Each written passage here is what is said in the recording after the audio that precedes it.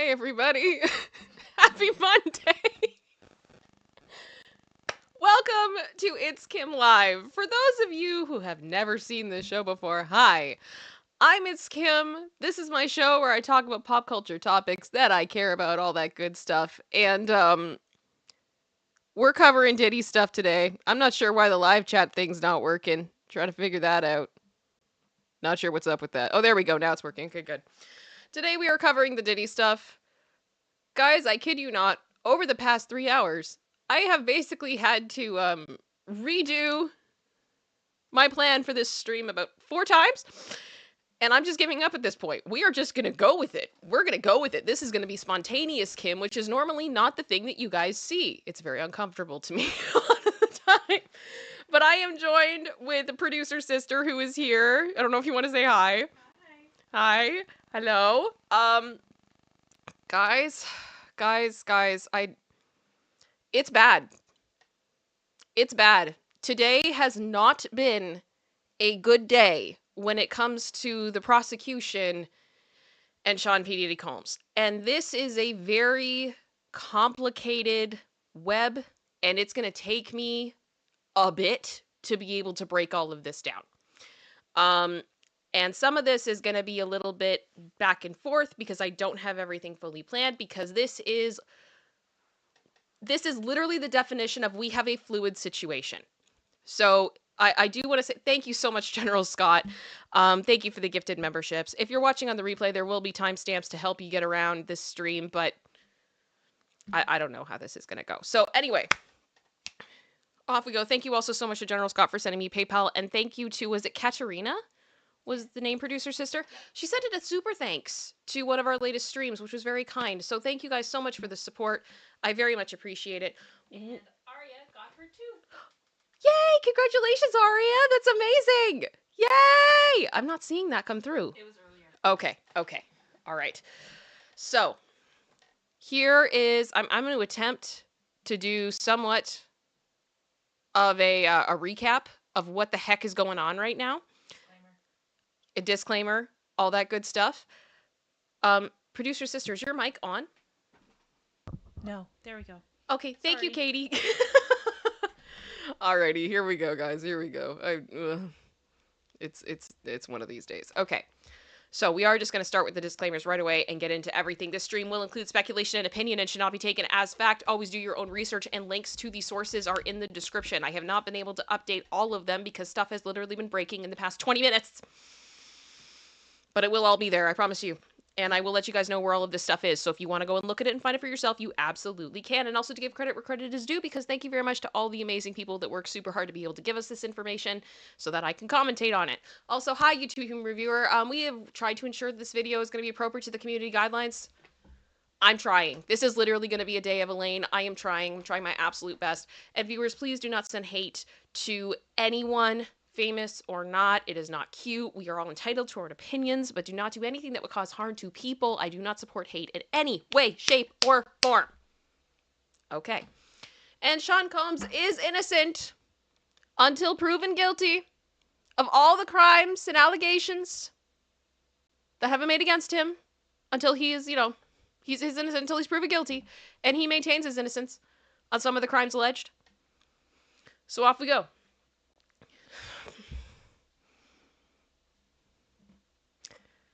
We have had a major, thank you, Vicky. I just saw the gifted memberships. I will be pausing between stories to acknowledge support. Thank you guys so much. It is very, very felt today.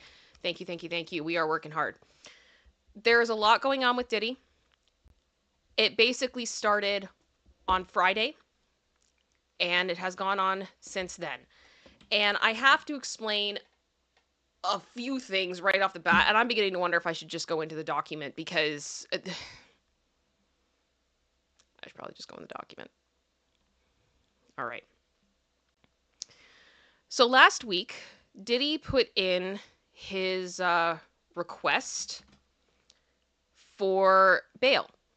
His bail package. It is an updated bail package. This would be one of the numerous attempts of him trying to get bail. And then on Friday night, I believe this was Friday night, and it was like just before midnight. So I'm laying in bed getting ready to go to sleep, and this comes through into my inbox. And this is the government's opposition to the renewed motion for bail. As you can see here, this is 30 pages, and this is from the prosecution. If we go down and look at this table of contents, we're going to see a number of things here. But I think what is very important to mention before we get any further is that this is not everything. Because there's been a number of things that were filed that we can't see. And I'm going to show you guys exactly what I mean by that here. So this is a wonderful website called Court Listener. I've talked about this before. They are wonderful and have been posting legal documents regarding USA versus Diddy. So this is not covering all of the civil suits, but this is covering the federal suit. And as you can see, they've got a bunch of stuff here coming back from when he was originally indicted to present day. And I don't know if you guys can see here, this is November 15th. This is what the feds published. And as I get bigger here, back down here, this is the document that I just had up on screen. Then we have Exhibit A, B, C, D. These are transcripts and prior letters that they are referencing throughout the document. And then we have Exhibit E, F, G, H, I, J, K, L, M, N, O. All of these are sealed. All of these are things that we cannot see that seem to have something to do with what Diddy has been doing behind bars. Because he has allegedly been blackmailing people, communicating with people illegally, intimidating witnesses, including grand jury witnesses. It just goes on and on and on and on, and we're going to go through all of that. But here's the problem. We then got this memo that came out today, and this is from Diddy's lawyer. The judge has also responded to this letter from Diddy's lawyer. So I'm actually going to start right here, because this is what is brand spanking new, just recently happened, and everything else. So through the original bail document, which we're going to go through and read, it's the 30-page document I talked about earlier, there have been many accusations laid against Sean Combs. This includes that there were notes that were found in his cell alluding to illegal activity, that his lawyers are saying this is privileged information. And they have now asked for an emergency meeting because they believe that attorney-client privilege has been compromised. Now, the judge has responded to this. That happened within the past hour. The government has now been given till 5 p.m. today. They have 2.5 hours left to respond to this, to defend themselves for potentially violating attorney-client privilege. Okay? Like, I hope you guys are following here how serious this is. This is not good, okay? And then they're going to hold an emergency hearing on this tomorrow at 3 p.m. to figure out what they're going to do. So, there is a lot that is revealed in this, the rebuttal from the prosecution regarding Diddy's bail package. We're going to go through all of that. Then we'll go through this letter. It'll make a lot more sense. But literally at any time, guys, we could get an update from the prosecution. I don't know when that's happening. On top of that, oh, there's more that broke in the past hour. Guys, like, I'm not exaggerating here, okay? At all. So, next thing that happened, Buzbee's getting sued. Buzbee, the representative of the over 120 civil cases, allegedly, against Sean P. Diddy Combs, also going after multiple celebrities who apparently were privy to these situations and did not do anything or took part he is now being sued. And he is being sued by a prominent man.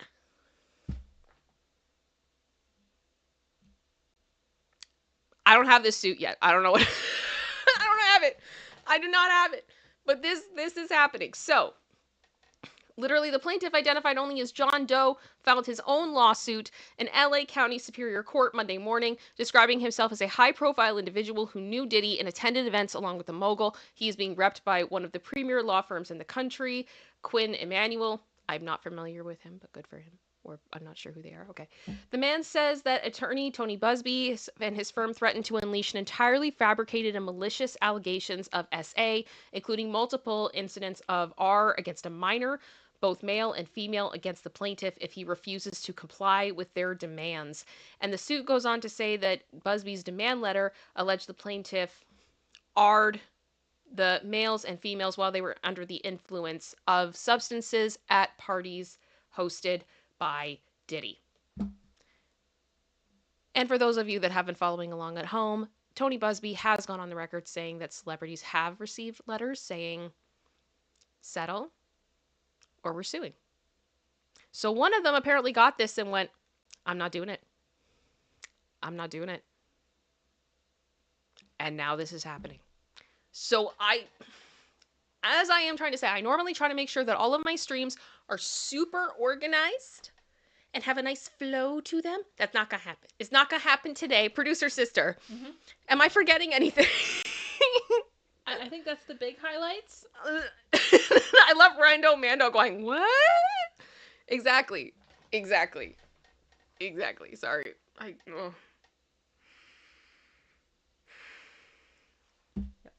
And as King Bob said, I hope he has proof because, yeah. Okay. So here is what we're going to do. It's going to be a little bit chaotic, but we are going to start with the bail package rebuttal. So this is not what Diddy has put forward. This is in response to what Diddy put forward. And this is going to go over just the basics of what is in this document. So, you guys ready? You guys ready? Let's do this. Preliminary statement. The government respectfully submits its opposition to defendant Sean Combs' renewed motion for bail. Also, to be clear, I don't know if I said this before, I'm not a lawyer. I'm not a legal expert. I'm a pop culture commentator. I read a lot of legal documents and I followed a lot of celebrity cases. So my knowledge is based upon that. Always do your own research. All that good stuff. The defendant's motion for bail should be denied. As two judges have already concluded based on the evidence in the record, the defendant poses serious risks of danger and obstruction of these proceedings. In seeking a new hearing, the defendant rehashes the same arguments rejected by those two judges with claims of new evidence, which is very important because in order for this to happen, they have to have new evidence. I'm not seeing a lot of new evidence, to be honest with you, like in this, okay? So, as described in detail below, but the defendant offers nothing new and material justifying a third bail hearing. In fact, the only true new relevant information or evidence shows that the defendant has continued to engage in a relentless course of obstructive conduct designed to subvert the integrity of these proceedings. As described in detail below, while attempting to evade law enforcement monitoring, the defendant has, among other things, orchestrated social media campaigns that are, in his own words, aimed at tainting the jury pool, made efforts to publicly leak materials that he views as helpful to his case, and contacted witnesses through third parties. This is very important because one of the major reasons that judges have been like, we can't let him out, is because he has this like pattern of essentially obstruction of justice. If they can't stop him from obstructing justice in prison, how are they going to do that when he's out on bail? They're not. They can't. This is the problem. Okay? So, for these reasons, the court should deny the defendant a new bail hearing. To the extent the court decides to reopen the bail hearing, however, the defendant's application for bail must still fall under the Bail Reform Act. His motion ignores the significant evidence presented by the government at the prior hearings, showing that the defendant is a violent serial heir who uses his vast wealth and position in the entertainment industry to conceal illegal conduct and prevent victims of and witnesses to his from coming forward. In light of the well-documented danger posed by the defendant, the updated proposed conditions are woefully insufficient to assure the safety of the community and integrity of these proceedings. Indeed, the defendant's continued obstructive conduct confirms the conclusion reached by 2 other courts. No set of conditions can meet this task.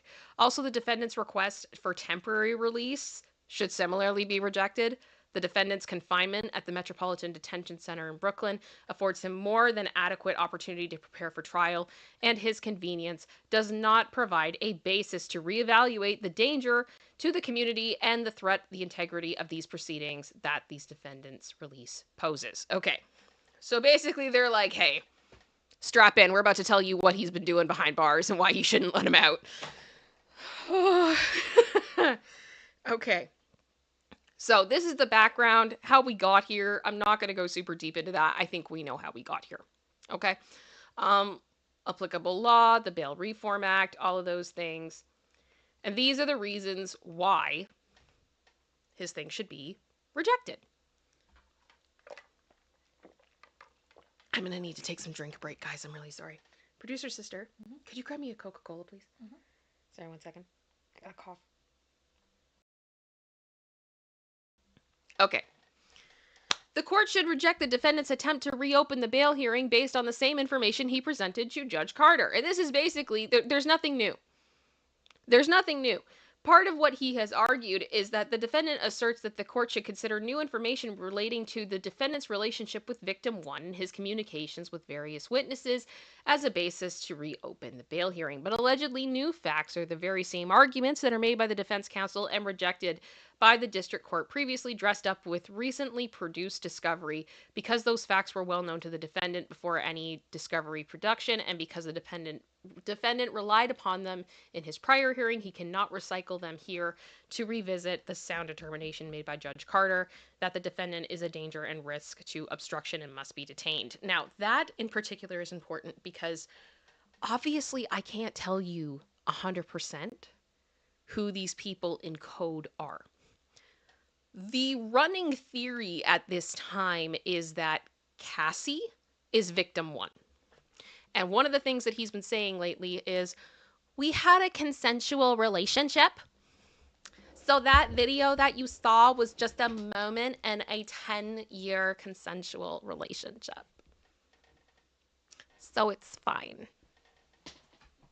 That about sums up that argument. I'm not kidding. That's it. That's it. And we're going to get back to that in a few minutes, guys. So before you guys start raging of like, excuse me, like, yeah, we're going to get there. So the defendant claims that the communications between defendant and victim 1, allegedly Cassie, which were recently produced in discovery as a part of the defendant's electronic devices and accounts, constitute new material. The defendant claims that the recently produced text messages reveal a loving and at times toxic long-term relationship between 2 adults who decided mutually to break up. The claim is nothing new. Defense counsel made these exact points previously and even referenced text messages and communications. At the September 17th hearing, after noting that he had looked through more text messages and emails than he cared to, defense counsel observed. So here we go. This is what he said. This is a 10-year relationship. This ST is a 10-year relationship. These 2 people were in love. That will be made abundantly clear by the way they speak to each other, by the way the other witnesses describe their time together, and by the circumstances of how they broke up. They were in love. And Mr. Combs wasn't always faithful. This is brand new information. I am in shock. I don't know about you. At the end of the day, there was mutual philandering, and victim number 1 ended up marrying the trainer that Mr. Combs got for her. Why is that relevant? And had 2 children. Again, why is that relevant? That signaled the end of the relationship. There is nothing about the content of these text messages between the defendant and victim 1 that was not known to the defendant before the time of the initial hearing. Furthermore, in presenting recently produced text messages, the defendant cherry picks to paint a very misleading picture, ignoring numerous other messages in the record between the defendant and victim 1, documenting the defendant's physical A of victim 1 and his threats to expose recordings of freak-offs. Wow. We're going to read the text right now, just trigger warning. They're pretty brutal. They're pretty brutal.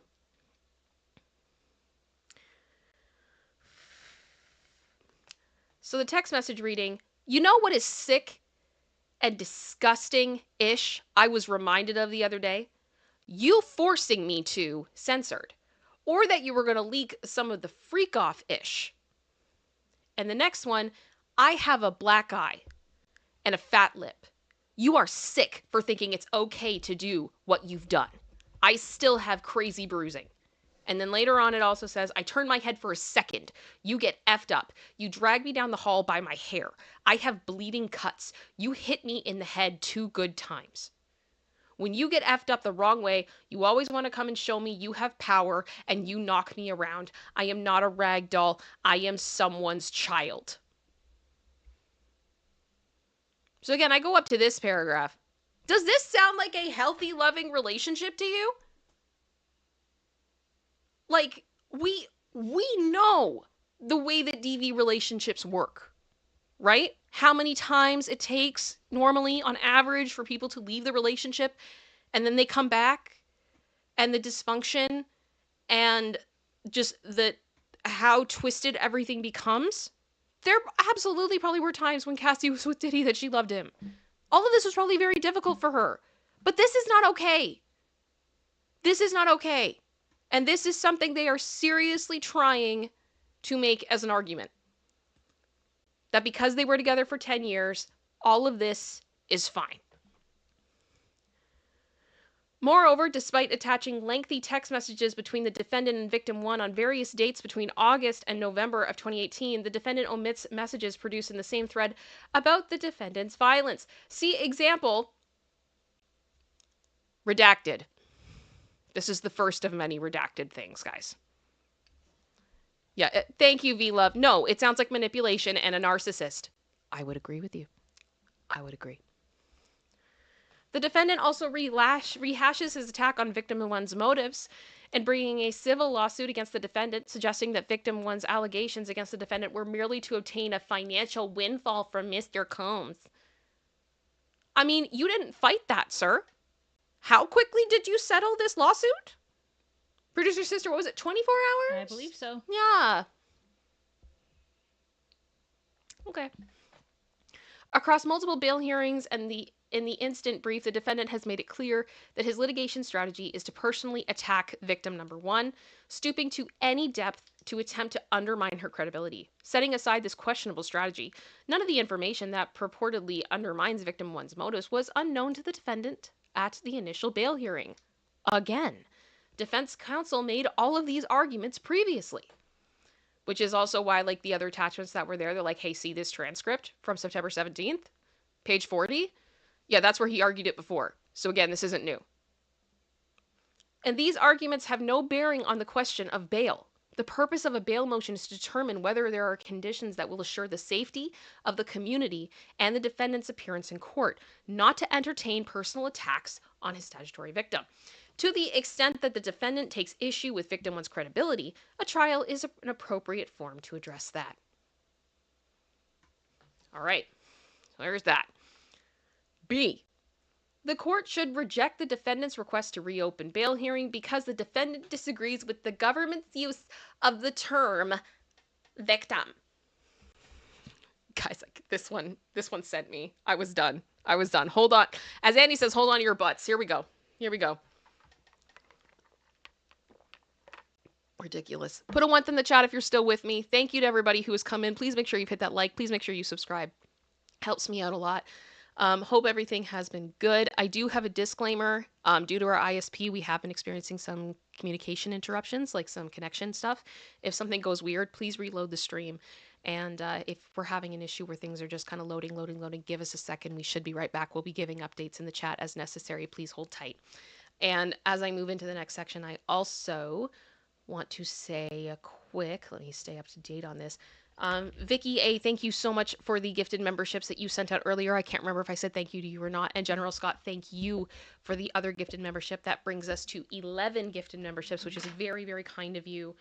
I so appreciate that. You guys are wonderful. And also, Denise, thank you very much for the super chat that you just sent in. And she just said Lacey needs love too. Well, thank you. I will take that into consideration. We need to go treat shopping for her. So yeah, thank you very much. Okay. All right. So if you do send in any support, I will acknowledge it.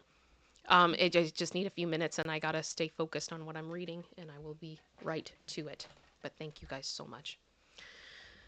Okay. So again, because the defendant disagrees with the government's use of the term victim. I always love it when we get down to like definitions of words and whether or not we agree with a definition. Those are always fun arguments for me. Because I personally believe that words are defined by how they're defined. Especially in court. Yeah, that's, I cannot tell you how many times I've heard recently, like, well, I don't consider that to be R. Congratulations, you have your own opinion on that, but your opinion does not matter in a court of law. Anyway, the defendant next accuses the government of misleading the court as to the nature of certain of the defendant's communications with another victim. My apologies. The government did no such thing. The defendant's primary point of contention appears to be the government's characterization of this individual as a victim. I always think of my friend Steph when I say victim, because she always goes, victim. She makes me laugh. In quibbling about how to label victim 2, an individual to whom the defendant continues to pay a monthly sum. We don't know who this person is. But that we have somebody who the government is defining as a victim that Diddy is paying every month. Guys, you can't make this stuff up. You can't make it up. This is insane. The defendant does not present any new information or grapple with actual evidence. The messages and the recordings between the defendant and victim 2, on which the government relied at the initial bail hearing, are clear on their face and consistent with the government's representations. The defendant was leveraging significant financial benefits to cause victim 2 to adopt his narrative of the relationship. So Diddy's going, oh, that person? They're not a victim. And the government's going, yeah, they are. And you're paying them every month. And you're paying them to say what you want them to say.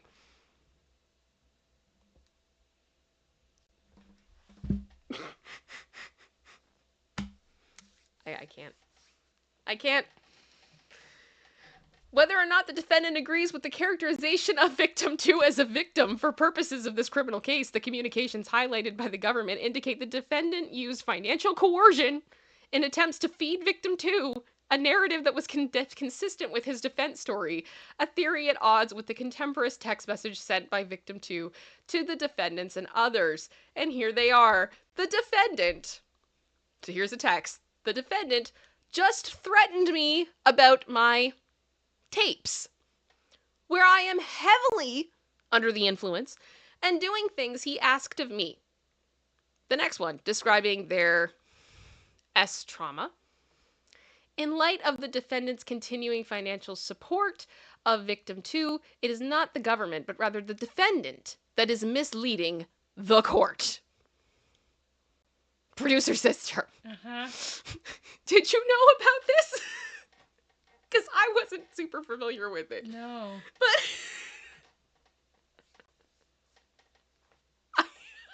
But guys, I'm reading this at like midnight in my bed.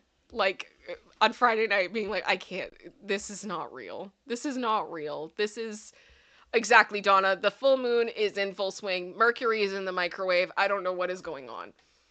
Okay, so that's victim 1 and 2. Okay, now we move into the witnesses. Okay, we got witness 1. The defendant's contacts with witnesses demonstrate the threat he poses to the integrity of these proceedings. the defendant's attempts to spin his contacts with witnesses, including witnesses served with the grand jury subpoenas, as evidence, rebutting the government's proof of obstruction, fail in their entirety. I would agree with that statement.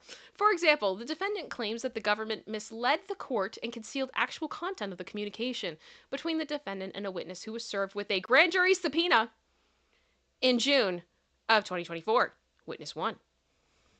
As an initial matter, the nature and substance of the defendant's communication with Witness 1 was known to the defendant at the time of the initial hearing. But more importantly, these contacts, including the fact that the defendant evidently deleted the messages from his phone, confirm the government's proffer at the initial hearing and refute the statements made by the defense counsel. Specifically, phone records show, here we go guys, phone records show that between the end of 2022 and January of 2024, Witness 1 occasionally contacted the defendant by phone without a response from the defendant. So basically this guy is this guy, I don't know who they are, Witness 1, is texting Diddy every so often, getting ghosted, getting left on red, right? And then all of a sudden, in June of 2024, Witness 1 was served with a grand jury subpoena on June 19th, and after contacting the government, was appointed counsel on June 25th of 2024. Beginning on June 26th, only after Witness 1 had been served with a grand jury subpoena and had counsel, the defendant initiated contact with Witness 1.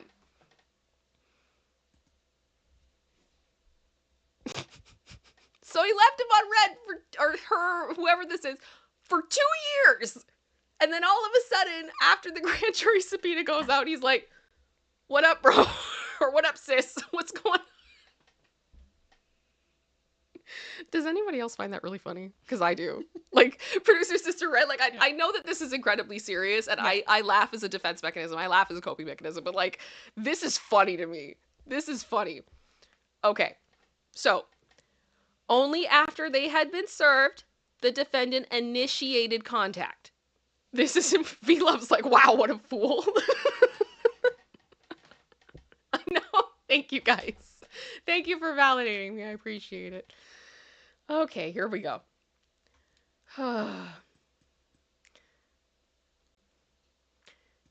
Beginning on June 26, 2024, only after Witness 1 had been served with a grand jury subpoena and had counsel, the defendant initiated contact with Witness number 1, which the defendant attempted to obscure, by initially calling Witness 1's wife, and then later communicating with Witness over a VoIP service, including by text and call lasting over 7 minutes. The following day, the phone records indicate that Witness 1 spoke with counsel for the defendant. Why did that happen? I have questions about that right there. You have representation, right? Like we established that earlier. Once you have representation, shouldn't it be that representation should be meeting with representation? I'm just there. Okay. Even though Witness 1 was represented by counsel, he and the defendant continued to directly exchange text messages, and defense counsel also spoke directly with Witness 1 again on July 8th of 2024. Following Witness 1's testimony in the grand jury, on July 25th, the defendant called and texted Witness 1 again. This isn't sus at all. This is all totally fine. Yeah. The defendant repeated contact with Witness 1 despite his apparent knowledge that Witness 1 was represented by counsel and had received a grand jury subpoena, undermines the defense counsel's previous denials of the defendant's interference in the government grand jury investigation, and shows that the counsel cannot stop the defendant from contacting grand jury witnesses. So this is important because this footnote here, this is another one of the transcripts that they filed at the same time as proof, like another almost like exhibit sort of. And yeah, the quote is in there. His lawyer when asked, like, is he contacting grand jury witnesses, essentially? And his lawyer, who I believe this was actually Mark, this was the guy that was like, Costco buys baby oil in bulk, dude, okay? Goes, he did not reach out to grand jury witnesses. I dispute that wholeheartedly. He didn't do it. And he wouldn't do it. And he wouldn't do it because he has the sense not to do it. And he wouldn't do it because we wouldn't let him do it. Y'all met with him. Y'all met with the witness.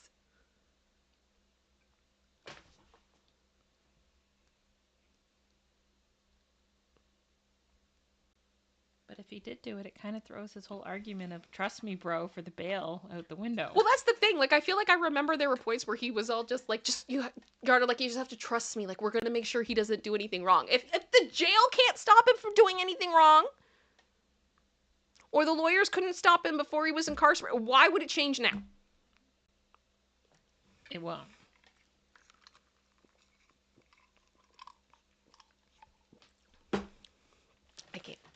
I can't. Okay. The concern is amplified by evidence indicating that the defendant appears to have deleted his messages with witness 1. Although phone records confirm that the defendant, using a particular phone number, and witness 1 exchanged multiple text messages from June of 2024 through August of 2024, and there were no such messages recovered from the defendant's cell phone associated with that phone number. Isn't that fascinating? Isn't that fascinating? All right. Now we get into witness 2. Now, witness 2, I'm gonna need a minute to explain this because I've got to be very clear. Witness 2 has not been identified by the feds. We've gotten some clues of who witness 2 is, and I have had my suspicions about this for a while, but I've chosen not to talk about it, and I'm going to explain why.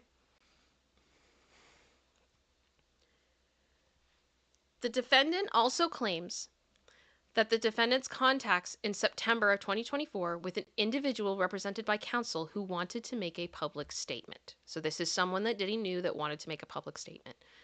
Were not in any way obstructive because the defendant and witness 2 were previously in frequent contact. However, the contact between the defendant and witness 2, who were bandmates, and they were bandmates. Oh my gosh, they were bandmates. Stopped in March of 2024. And from the timeline and the context of the defendant's contacts with witness 2, it is clear that when the defendant reinitiated contact with witness 2, that when the defendant reinitiated contact with witness 2 in September 2024, his purpose was to ensure that witness 2 was on his side and pressure the witness 2 to make a public statement denying allegations of violence by the defendant. The defendant reached out to witness 2 on September 11th of 2024 and sent her a copy of the lawsuit in which the defendant against the defendant in which the witness 2's name was mentioned several times. So here's what we know about witness 2. They were in a band with Diddy. They wanted to make a statement after he was arrested. Diddy contacted them multiple times. Diddy also then sent them a lawsuit that was, so Diddy had a lawsuit filed against him in which this witness was named multiple times. The defendant then called the witness and they spoke for nearly 6 minutes. After reading the lawsuit, witness 2 called the defendant back at his request and they spoke for over 4 minutes. Evidently, the defendant and witness 2 discussed witness 2 drafting a statement, as immediately after the call, the defendant told witness 2 in a text message, redacted, I don't know what was said, and then the defendant asked witness 2 for her attorney's name, and there we know it's female. The witness is a female. So, woman, band member, wanted to make a statement, was named multiple times in a lawsuit that had been filed against Diddy.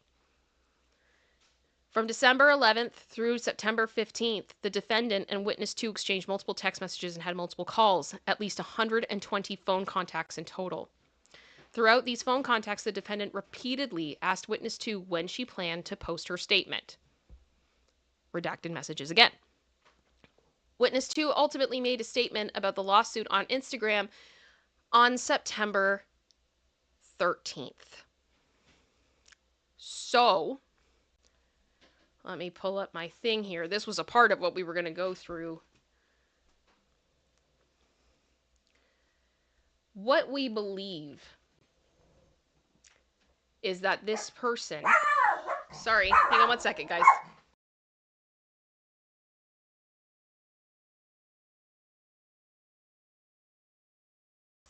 Sorry about that. Someone just walked into the basement and Lacey did not know who it was and she got concerned.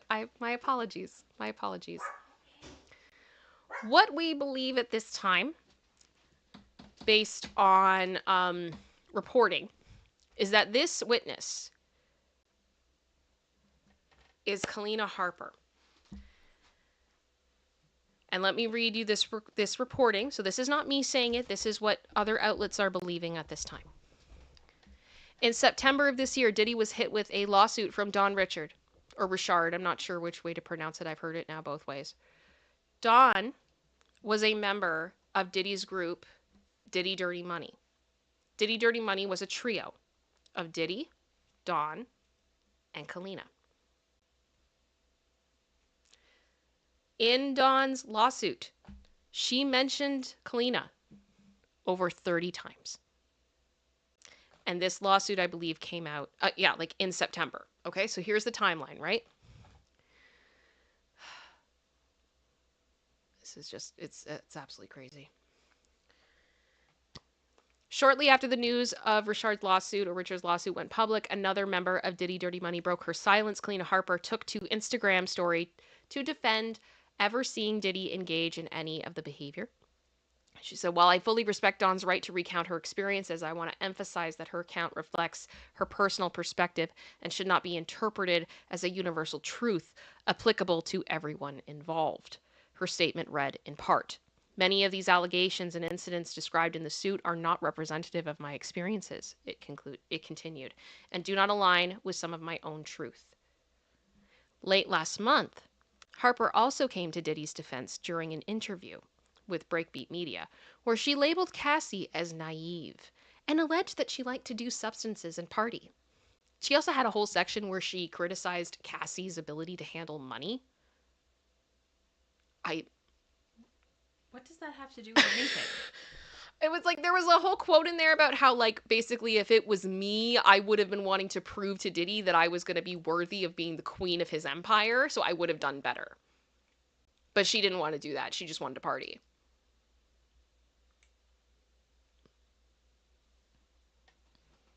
I don't know why this is relevant. I don't know why this is relevant.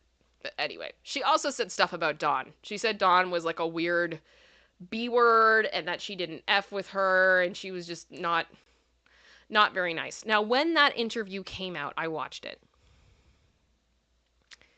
And I'm going to be honest with you guys. That interview made me very uncomfortable. I watched the whole thing. I watched the whole hour of it. It was painful. She did not seem well. And she seemed very nervous. And I kind of wondered at that point, like, I joked about it, like, oh my gosh, how much did Diddy pay her to do this?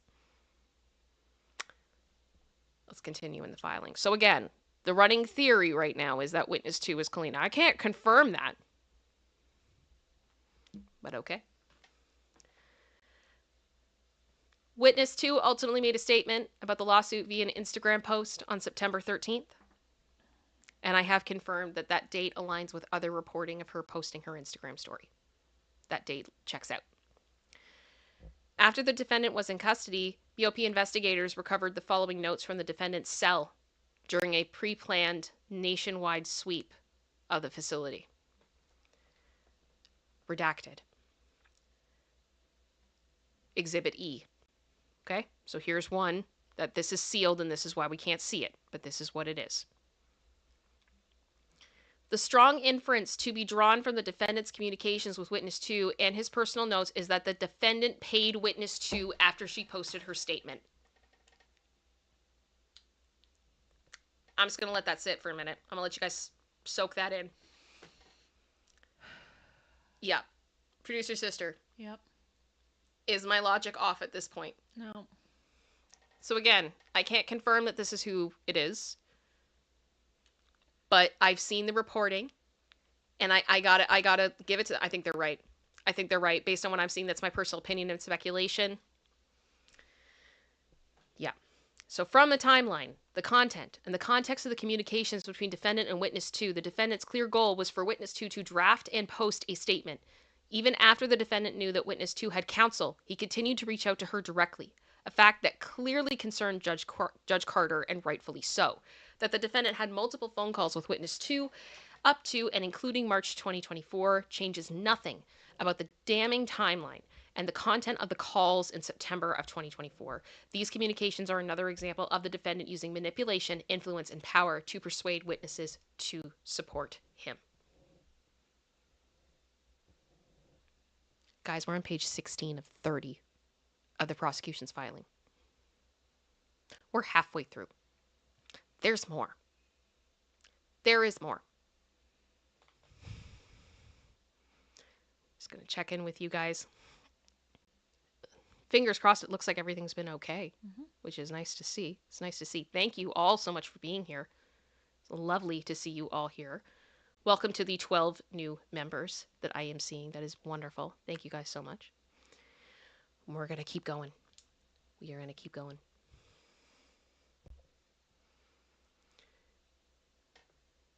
Based on the foregoing, the defendant has not demonstrated that he is entitled to reopen the bail hearing under these thingies.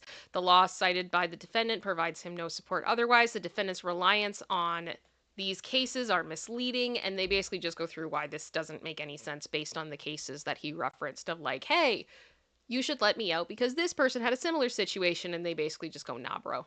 Okay?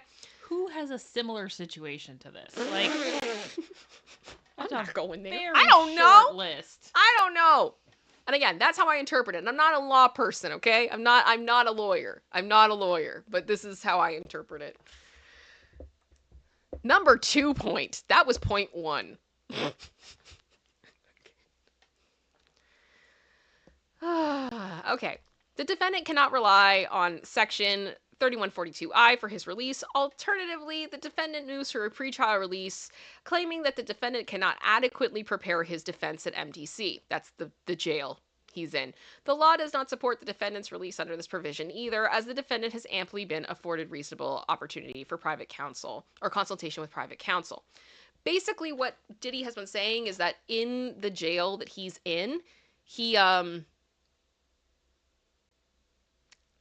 can't prepare for trial adequately. To which I then start asking, is this a defense that everyone in MDC is using? Because if he can't get it, can anybody get it?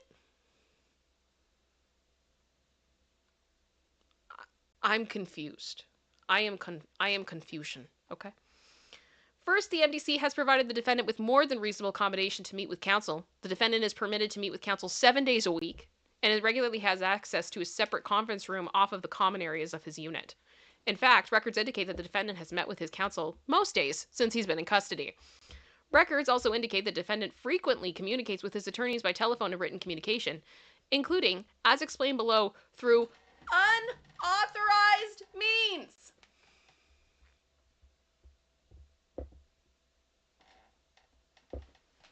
So you're meeting with your attorneys pretty much every day. You're doing it in ways you shouldn't be doing it. And you want more leniency?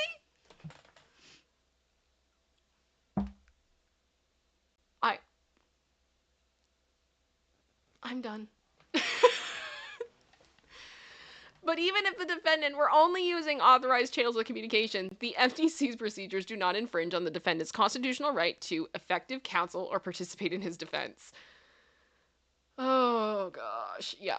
So second, the defense's counseled proposal is that the defendant must be released in order to prepare his defense is inconsistent with the Bail Reform Act, which contemplates that courts will use dangerousness and risk of flight against a defendant's opportunity to prepare for trial. In this case, there is a significant danger that the defendant poses weighed against the opportunities the MDC has provided the defendant to meet privately with his attorneys. Clearly counsels in favor of the defendant's continued detention. Yeah. Third, voluminous discovery alone is not a basis for release under either the Bail Reform Act or the Sixth Amendment. The defendant does not point to any case law suggesting the discovery of the kind produced in this case requires the defendant's release. We're going into some really technical stuff now.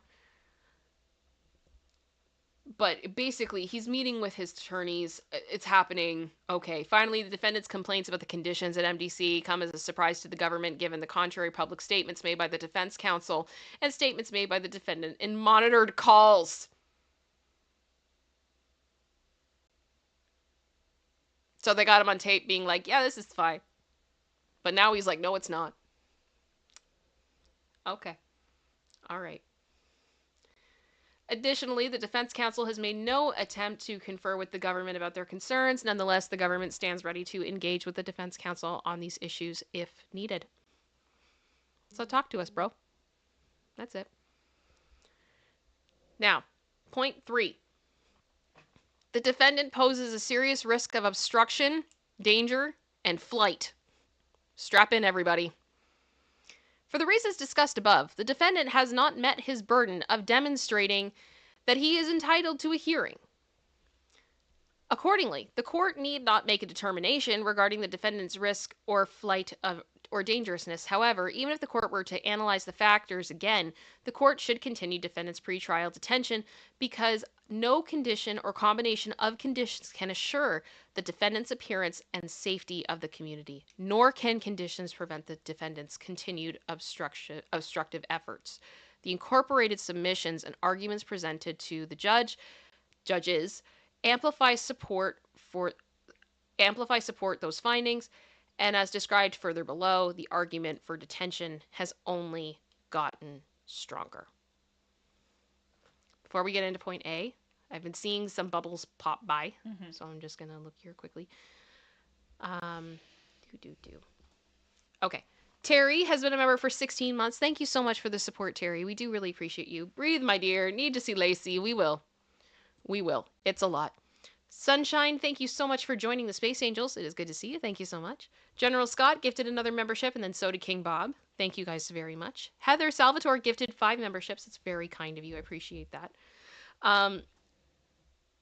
Kwame, I hope I said that right. I'm sorry if I did not. Said, how many people in MDC fight in civil lawsuit also? Well, I don't know how many of them are fighting civil because civil is usually not criminal, and I believe MDC is a criminal jail where people go when they await trial. But I mean, there's lots of people in MDC who are fighting their own lawsuits, and I don't think they're getting as much access to attorneys as Diddy is, would be my argument, right? Doesn't really make a lot of sense. But thank you so much for the support. I really do appreciate it. Okay. Point A. The defendant has continued his efforts to obstruct justice. As noted above, the evidence presented to the judges aptly support their findings that the defendant posed a risk of obstruction justifying pretrial detention and would be sufficient for this court to find the same. However, to the extent that there was any doubt about the defendant's risk of obstruction at the time of prior bail hearings, such doubt is now non-existent.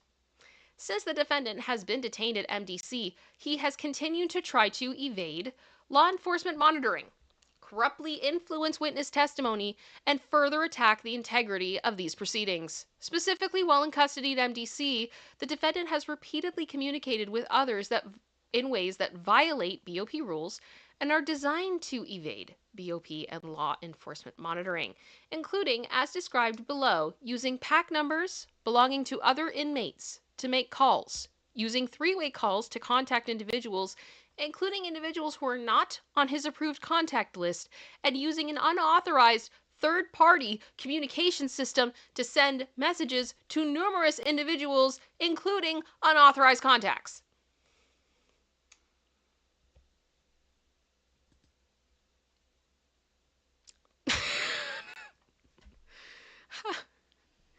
So here we go. The government has reviewed dozens of recordings of BOP jail calls. Again, remember, jail calls are recorded, everyone. Why do people not realize I don't understand this. Whatever you say, they're listening. I'm like, this isn't new. Ugh. Yeah.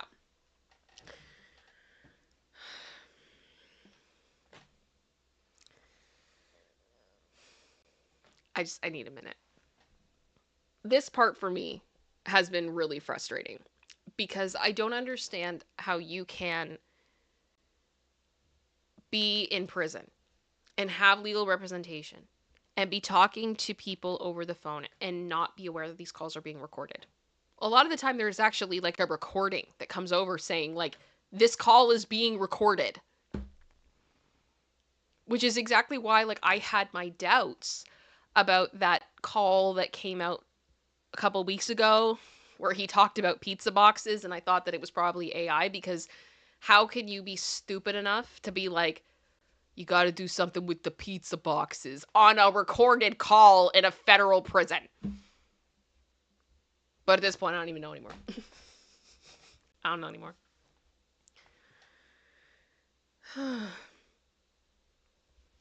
Okay. So the government has reviewed dozens of recordings of VOP jail calls in which the defendant uses telephone accounts of at least 8 other inmates, which is against BOP regulations. I'm in shock. Seemingly to avoid law enforcement monitoring and defendants' uses of other inmates' PAC numbers to make phone calls to both individuals on the defendant's approved contact list as well as other individuals who are not on the approved contact list to obtain or maintain access to other inmates' numbers. The defendant directs others to pay the inmates through payment processing apps and BOP commissary account deposits. So he's saying, hey, give me your time and I'll pay you. And you can buy stuff in the commissary.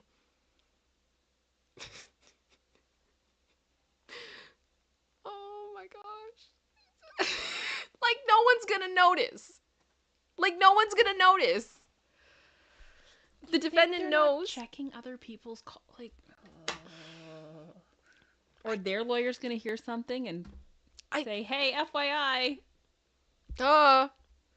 The defendant knows that this is against BOP regulations. At the outset of each telephone call, the inmate is prompted to enter his PAC number, after which an automated recording announces sharing of PAC numbers is against BOP policy and is subject to disciplinary action.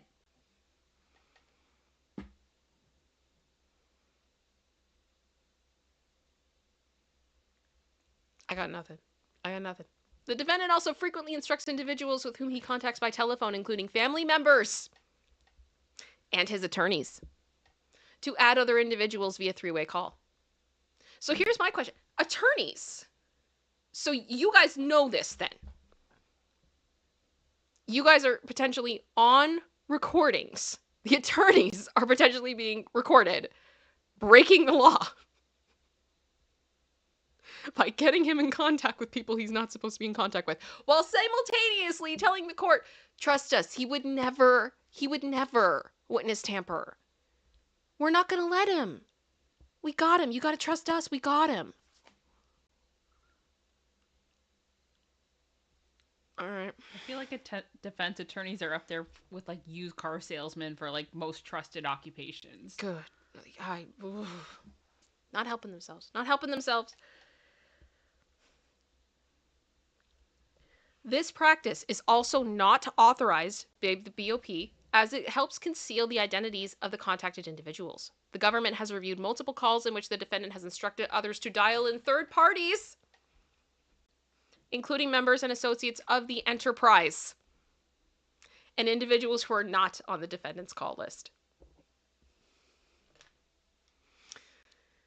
Oh my gosh. Here we go. Non-authorized messaging services.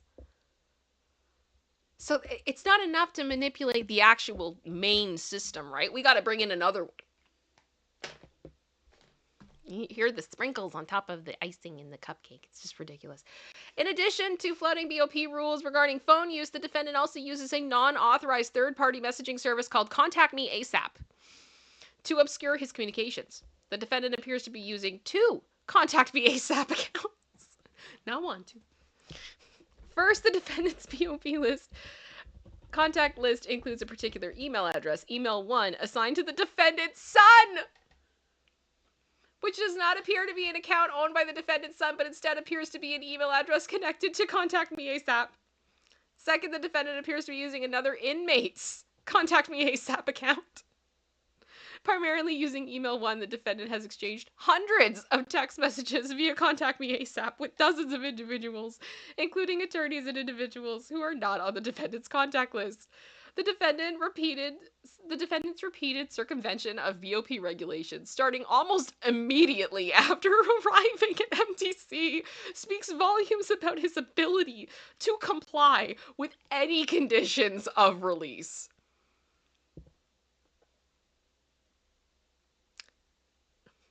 Yes, General Scott, not related to ASAP Rocky.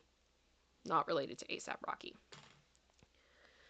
Now here we go into the heavily redacted section. Even more concerning, however, is the defendant's use of these unauthorized methods of communication to continue his efforts to obstruct and subvert this criminal proceeding.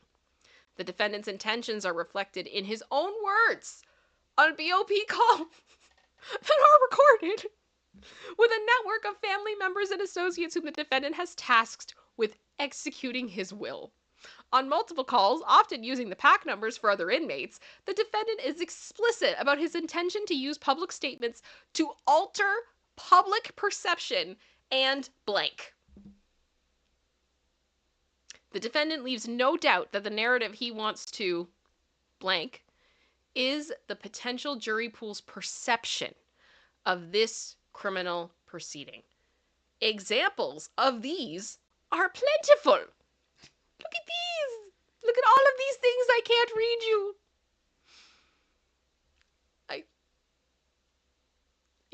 Dreadnought just said, well, you know the saying, digging yourself a hole. Diddy threw the whole shovel away years ago. Big hole. It's nonstop.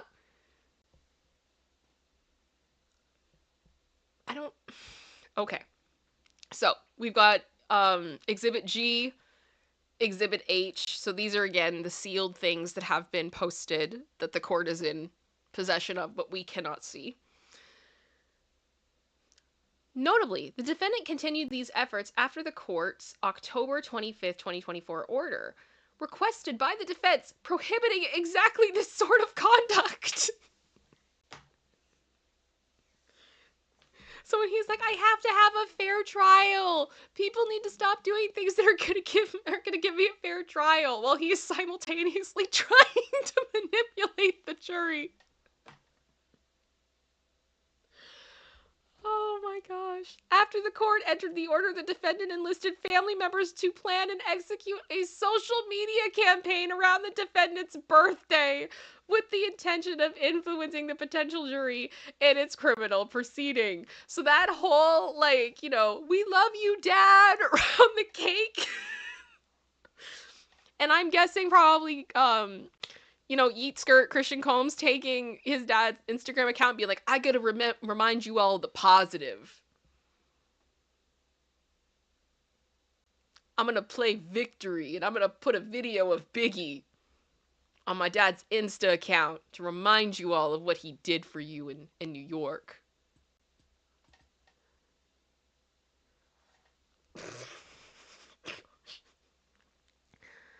The defendant, from within the MDC, then monitored the analytics, i.e., audience engagement, and explicitly discussed with his family how to ensure that the video had the desired effect upon potential jury members in this case, and then redacted.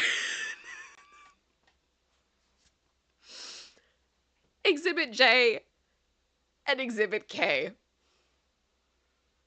And these are calls. So I'm assuming this is verbatim what he has been recorded saying. Producer sister, how you doing? There is no way to summarize this document in 10 minutes. I can't. This man truly believes he's above the law. Yes, he does.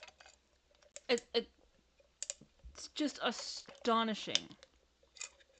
Yep. V-Love, I love this. Someone who is innocent does not need to do all that. Does not need to investigate analytics. That's crazy. Oh, gosh. Besides flagrantly violating the court's October 25th, 2024 order prohibiting this kind of interference with a fair trial, the defendant's own words make it clear that his intent is to improperly influence the jury pool in this criminal proceeding. The defendant does not stop there. During other calls, the defendant makes clear his intention to anonymously publish information that he thinks will help defense in his case. Redacted. We got Exhibit L.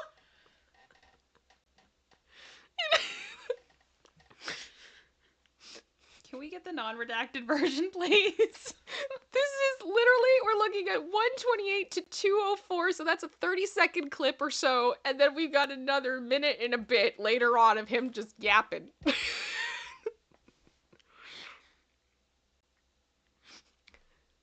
So, as I put, give me a second, originally when I was going to go through this, I had these lovely slides where I was just like, what did he do? Like, this looks really bad. Really, really bad. All of this stuff. And it doesn't, like I want to know what's behind the redacted. I'm not going to lie to you. But I really want to know. Because the redactions also continue. We're not done. There's more. The defendant's efforts to anonymously leak video favorable to his defense in this case show that he is using his so-called public relations strategy to influence this criminal case. The defendant's efforts to obstruct the integrity of this proceeding also includes relentless efforts to contact potential witnesses, including victims of his A who could provide powerful testimony against him. For example, on October 4th, in a call involving the defendant and one of his adult sons, the defendant says, redacted, that huge black redacted, more redacted, provides the clear inference that the defendant's goal is to blackmail victims and witnesses into silence or providing testimony helpful to his defense. I'm just gonna leave it on the black there. I have to look at it from the perspective of the things that we have already read in this document. What is this? Bro, what did you say? What did you do? Producer sister, how are you doing? That's the thing, like, of all the stuff they said, this is worse? This is worse! We can't know this! I'm nervous! Like, Okay. So, that was point A. Now we're in point B. We've still got 4 pages of this document, everybody. Oh my gosh. In addition... So, defendant is a danger to others. I am in shock. In addition to failing to meaningfully contend with the ongoing risk of obstruction the defendant poses, he also spends no time addressing the significant acts of physical violence that the government highlighted at the initial hearing, which led Judge Carter to conclude that the defendant is a danger to the safety of others in the community and more generally by clear and convincing evidence. I'm sorry, my mouth is getting dry. I'm going to need a minute. Indeed, as the record before this court makes clear, the defendant's long history of violence demonstrates his dangerousness. More exhibits that are also sealed. I believe. I think that is. I can double check. No, okay, it's in letters previously. Okay, not correcting myself. Moreover, contrary to the defendant's claim that the evidence is thin, evidence supporting that the defendant's long history of A, which includes witness testimony, communications, photos, videos, police reports, and other materials, demonstrates the strength of the government's case against the defendants, a factor considered by the court under these codes. As charged in the indictment, the defendant has engaged in physical, sexual, and emotional A of his romantic partners for years. The defendant also engaged in acts of violence directed towards his employees and many others, including kidnapping, arson, and physical violence such as throwing objects at people, throwing people to the ground, and hitting, kicking, dragging, choking, stomping on, and shoving others. Multiple witnesses, including the defendant's employees and others, observed or experienced the defendant's violence firsthand. The defendant's acts of violence show that there is no condition or combination of conditions that will adequately safeguard others in the community. Yeah, it's... And then there's like stuff from the transcripts, I believe, where they talk about that potentially that there could be weapons, etc. It's not great. I don't want to read too much of that. I'm trying to avoid. I'm trying to be good human reviewer. Okay? I'm trying YouTube. Well, far from the only example, the video of March of 2016 incident at the Intercontinental Hotel, aka the Cassie tape, discussed at length in both previous hearings, puts the defendant's dangerousness on full display. Although the defense counsel conceded that the incident was relevant to Judge Carter's determination of dangerousness, that defendant fails to address it with respect to the present motion. Instead, he repeats his prior characterization of the defendant's relationship with victim 1, aka Cassie, allegedly, as complex and at times toxic, and pivots to the defendant's philanthropic endeavors and family relationships in order to distract. But the defendant's personal relationships and charity work does not neutralize or erase the video evidence showing the defendant punching a female victim, dragging her, throwing a vase at her, and kicking her. Thank you, prosecution. I appreciate that. In sum, the defendant cannot walk away from clear record in this case. His inability to explain away his long history of violence, including the March 2016 incident captured on film, is a fatal blow to his application for release. The defendant's extensive history of violence makes him a danger to those around him, and the safety of the community cannot be ensured short of his continued detention. It's ridiculous. Point C. The defendant continues to pose a risk of flight. The defendant has not rebutted the presumption that there are no conditions to assure his future appearance, given the fact that the defendant faces a mandatory minimum sentence of 15 years imprisonment and a statutory maximum sentence of life imprisonment. Yeah. And then we're going to go through a whole bunch of, other court stuff. In this case, the defendant has the incentive to flee, given the potential punishment and the nature of evidence that will be present at the trial, and has nearly limitless resources to facilitate his flight. While counsel took steps to mitigate the defendant's substantial risk of flight before the indictment, the defendant's incentives have changed materially now that he faces the very real possibility of a substantial term of incarceration. Point 4.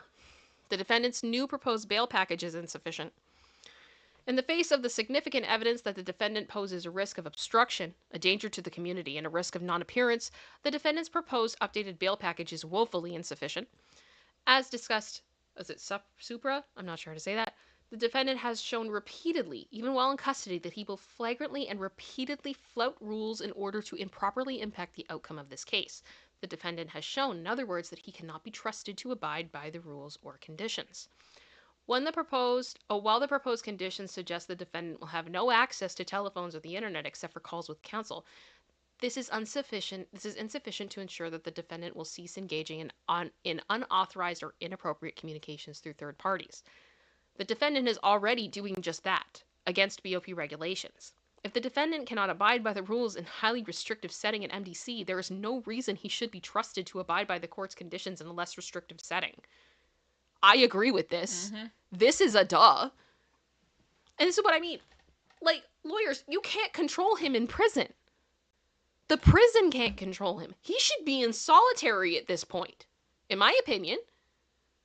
Because look at what he's doing. This is wild. This is insane. Sorry. Okay. Furthermore, the defendant's proposal to restrict visitors to select family members is also insufficient. Since being in custody, the defendant has deployed family members to carry out obstructive conduct on his behalf. As evidenced in jail calls, the defendant asks family members to reach out to the potential victims and witnesses, create narratives to influence the jury pool, and pursue marketing strategies to sway public opinion.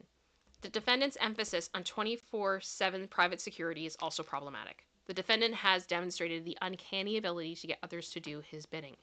Employees, family members, and MDC inmates alike. There is no reason to believe that private security personnel would be immune. So, yeah, I would agree with that. Moreover, the Second Circuit has decried attempts like the defendant's to pay his way out of detention. The defendant's updated proposal simply does not alleviate the risk of danger, obstruction, and flight, particularly in the light of the defendant's inability to comply with BOP regulations and his efforts to engage in obstructive conduct, even while subject to monitoring at MDC. Conclusion. For the reasons set forth above, the defendant's renewed motion for bail should be denied. So that is what came in at the last minute on Friday night. How are we doing, everybody? How are we doing? We're going to keep going. We got more to go through. But that was the rebuttal. Producer sister, I'm interested in your thoughts overall on the rebuttal. I'm also going to speak with you guys in a minute and update you guys on the support that's come in. I just need a minute to drink some water or something before my tongue falls out of my mouth. My gosh. I think it's kind of, we had this discussion on Saturday when we were talking about what came through of just Antoine Dodson. You are really dumb. Like, for real. You are so dumb. You are really dumb. For real. Why do you think you won't get caught on this stuff? Especially the phone calls. Hide your kids. Hide your wife. Hide your husband. Like, why? Oh my gosh. Why would you not be recorded in prison? Why do you think you can get away with doing all of these different things that are obviously, like, the phone recordings are telling you every time you do it, this is against the rules. But that doesn't apply to you. Like, you're doing it anyway. Also, how much time do you really need calling people? I mean, taking not only your own time, but 8 other inmates? Dude, yeah. Are you just on the phone all day? Like, okay, so we have the letter we need to go through now, which is what was filed earlier today. So we are going to go through that next.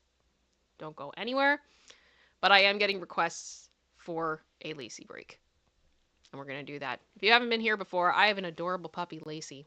She's not a puppy. She's a dog. She's full grown, but she's my baby. So she's a puppy. And she is always with me. And she kind of gives us a little palate cleanser when things suck and are depressing. So that's what we're going to do. And then we're going to keep going. I also do want to say thank you so much to Vicky, who has become a Space Angel, Honey LaRouge, who has renewed and has been a member for 9 months. Closer to the 1th. Yes, you are. Thank you very much, you guys. I so appreciate that. Producer sister, where are we at on memberships currently? 21. 21. You guys are wonderful. Thank you very, very much. And also, please make sure you've hit that like button.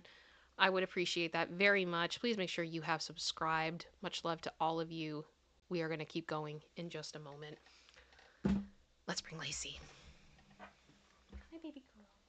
I know. Aw, you need to stretch for a minute.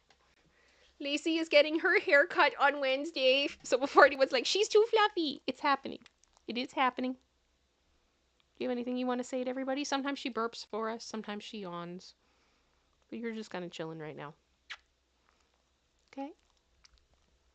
Thank you. Thank you for giving us all comfort at this time. She's just looking at your chats, being like, oh, I could see my emoji. Yes. Oh my gosh, I love Mother of Beagles. I love your name. That is amazing. Oh, thank you, Lace. Thank you for the yawn. Should we continue? Let's continue.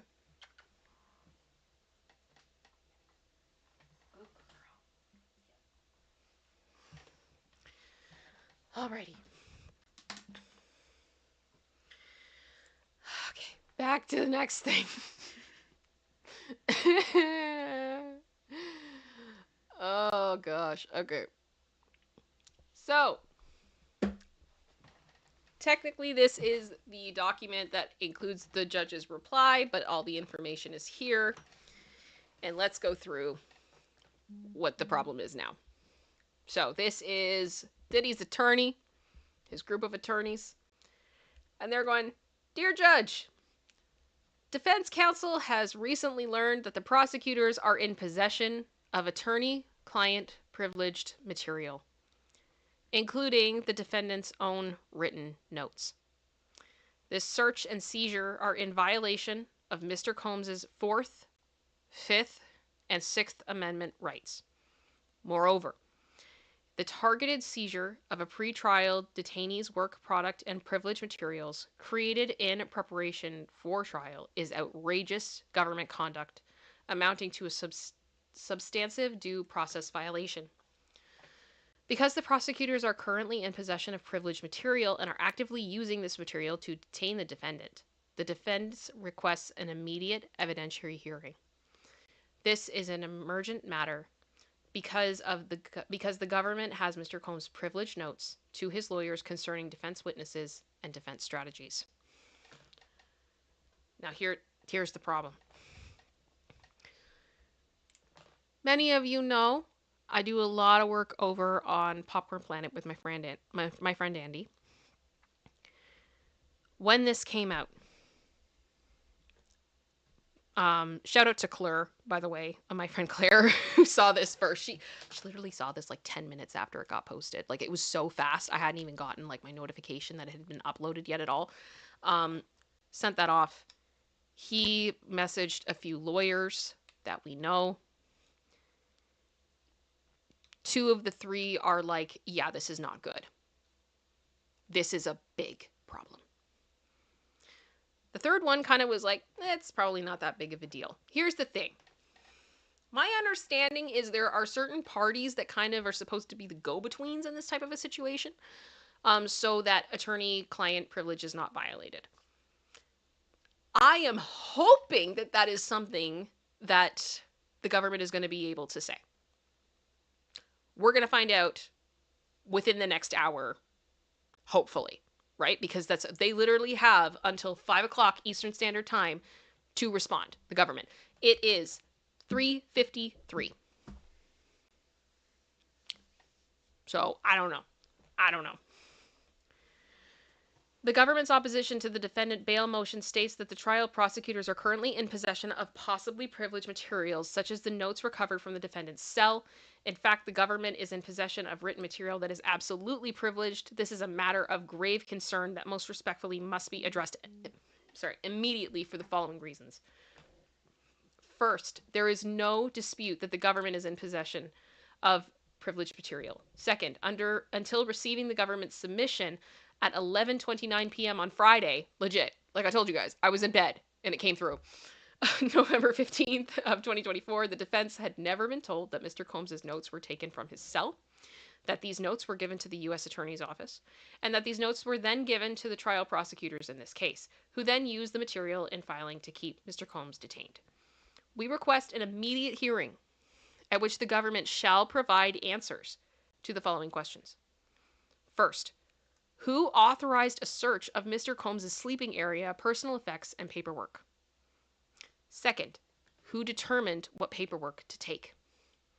Third, who decided to give this paperwork to the United States Attorney's Office? Fourth, who decided to give this paperwork to the trial prosecutors?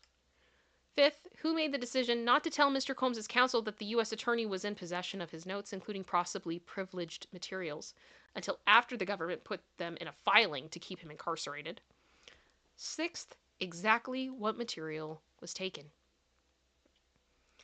Because the U.S. Attorney and because the U.S. attorney and it seems the trial prosecutors are currently in possession of privileged materials, we request a full evidentiary hearing as soon as the court can accommodate us.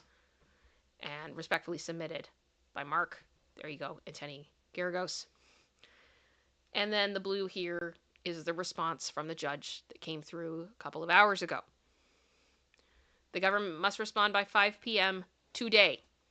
Like I said, the court will hold a hearing on this matter tomorrow, November 19th at 3 p.m. Guess what I'm going to be tomorrow? I'll probably see what we could do for the Popcorn Live, to be honest with you guys. I think this is going to be a... We'll probably be watching a lot from Inner City Press, who I will give a huge shout out to. They've been doing incredible reporting on the ground in New York City regarding this case. And so ordered today. And that's it. So now we wait. Now we wait. Now, so you guys are aware, I do have a few, how do I word this? I get updates from Court Listener, I get updates from a few other places, so I'm hoping the second that this is released, I will know. Also at that point, if the second it is released, I am not seeing it publicly, if you guys can give me a few minutes, I can go into Pacer and I'll get it. And see what I can do. But we will do our best. It may just take me a minute. Pacer is scary. I don't know if you guys have ever been in there. Like, when you really do get in there, there's, like, all of these things, like, yelling at you all the time that if you do anything wrong, that, like, you're in huge trouble. And I'm always just like, ah! It scares me. It scares me. I do want to say thank you so much to Heather for sending a PayPal, just captioned burp. Well, thank you. Thank you very much. And from King Bob, thank you very much for the message as well, the PayPal. I so appreciate that. You guys are wonderful. Thank you for the support, as always. Now, let's go back to this Buzbee thing. I'm going to do a little reload and see if we've gotten any update here. Okay. Oh, gosh. That's interesting. Okay. Alrighty. So here we are on TMZ. Normally this is when I would have this in a lovely, like, you know, presentation format for you guys, but I just have not had time to do that, and I'm sorry, this is just not the way that this is going to go. So, a prominent figure is suing the lawyer repping more than 120 of Diddy's alleged victims, saying that the attorney is shamelessly attempting to extort exorbitant sums from him while threatening a lawsuit packed with wildly false, horrific allegations if he doesn't pay up. The plaintiff, identified only as John Doe, filed his own lawsuit in LA County Superior Court Monday morning, describing himself as a high-profile individual who knew Diddy and attended events along with the mogul. He is being repped by one of the premier law firms in the country, Quinn Emanuel. The man says that attorney Tony Buzbee and his firm threatened to unleash an entirely fabricated and malicious allegations of SA, including multiple incidents of R of a minor, both male and female, against plaintiff if he refuses to comply with their demands. The suit goes on to say that Buzbee's demand letters alleged the plaintiff R'd the males and females while they were under the influence of substances at parties hosted by Diddy. The plaintiff references past lawsuits with Buzbee, has filed against other celebrities, including football stars Deshaun Watson. The man claims that Buzbee tried to shake down Watson and others by making dubious claims he knows would not stand up in court. The lawsuit obtained by TMZ goes on to claim that Buzbee did the same thing against the Green Bay Packers kicker Brandon McManus, allegedly threatening to sue over specious allegations of SA. The suit claims the NFL investigated and found insufficient evidence and closed the case. The new lawsuit filed by John Doe references our documentary. Okay, interesting. Buzbee also appeared on TMZ's new Tubi documentary. Of course, TMZ, get that promo. Get that promo for your Tubi doc. Downfall of Diddy Inside the Freak-Offs, in which Harvey asks him about the criticism of Buzbee's MO to put through embarrassing information in a demand letter, and that forces a settlement. Buzbee acknowledged that this is indeed the game, saying that this is the way the system works. And I just have to go over to me for a second to go past a image that might get the censors mad. The lawsuit claims that Buzbee put a ticking clock on the extortion demands, threatening to sue the plaintiff if he did not agree to mediation to resolve this delicate and important matter. The plaintiff is suing for extortion and intentional infliction of emotional distress. And the lawyer urges anyone with information on Mr. Buzbee to contact the company. And there's the email. Yeah. So that happened. And then there was another story that came out today that I didn't really have a chance to be able to, report on effectively. And I'm going to pull that one up now because that's the way today is going. Let me double check here. Where did I put the link? It should be here. Okay. So the other thing that came out today, before anybody asks, I haven't seen it. The Honorable Shines documentary is out on Hulu. Now, I live in Canada. Hooray. Our Hulu is in with Disney Plus. So we don't actually have a Hulu subscription. It comes through as a different company through Disney Plus. A lot of the time when there are releases on Hulu, it takes 24 to 48 hours for it to come over to Canada. If it's coming over. So I have not seen it yet. I'm going to find out. But apparently, one of the things in the documentary, as reported, trigger warning for potential animal A, okay? Rolling Stone is reporting that in this documentary, Gene Deal has let everybody know that Combs performed a bird sacrifice ahead of the verdict of the Club New York Pew Pew incident.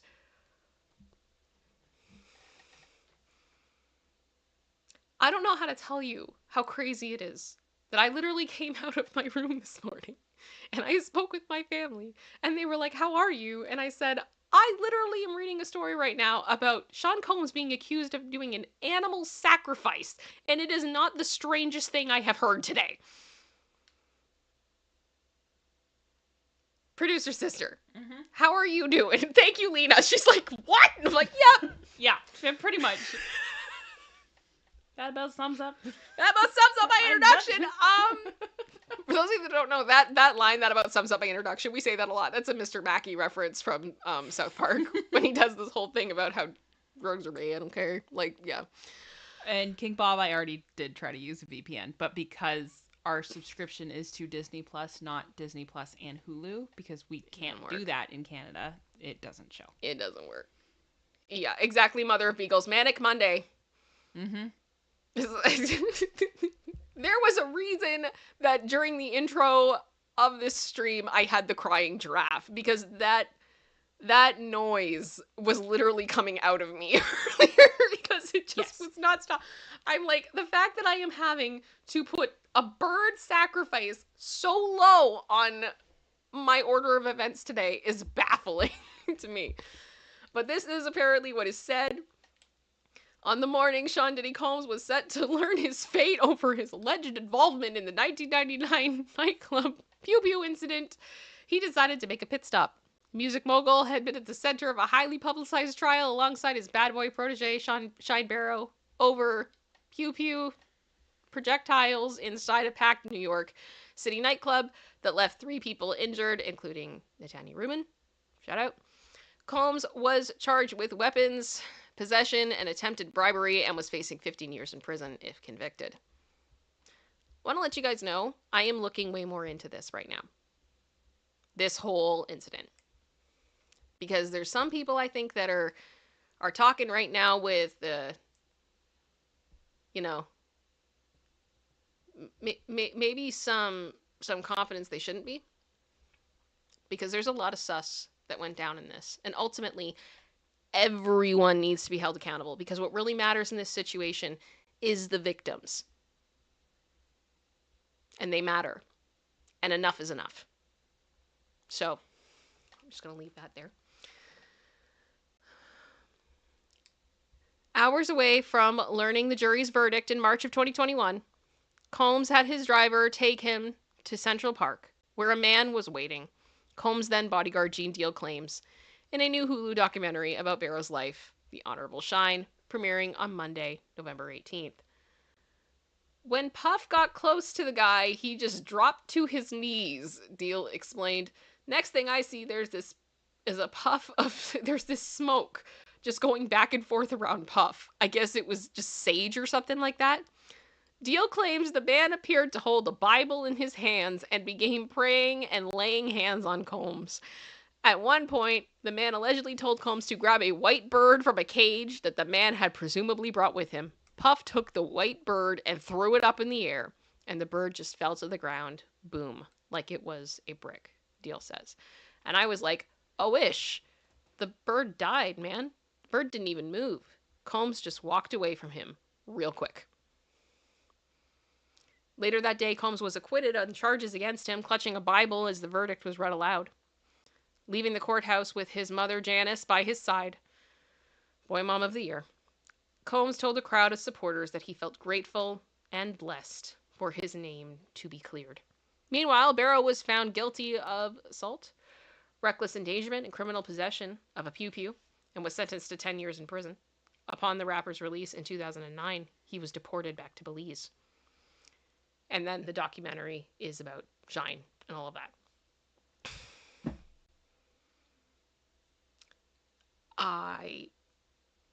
And Michelle just said, was the bird already deceased? Or I don't know.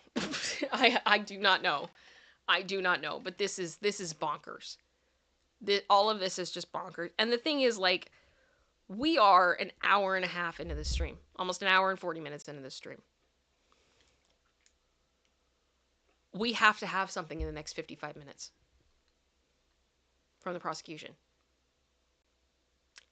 And I don't know what to do now. Because the way that this has been going, it's been non-stop. Non-stop. So now I want to ask some questions for you guys because I'm curious to see where we're all sitting. So if you have the ability to look at the chat, you are welcome to take part in the poll. And I'm going to ask you guys, do you think he's going to get bail? Yes or no? That's the first question. With everything we've just heard.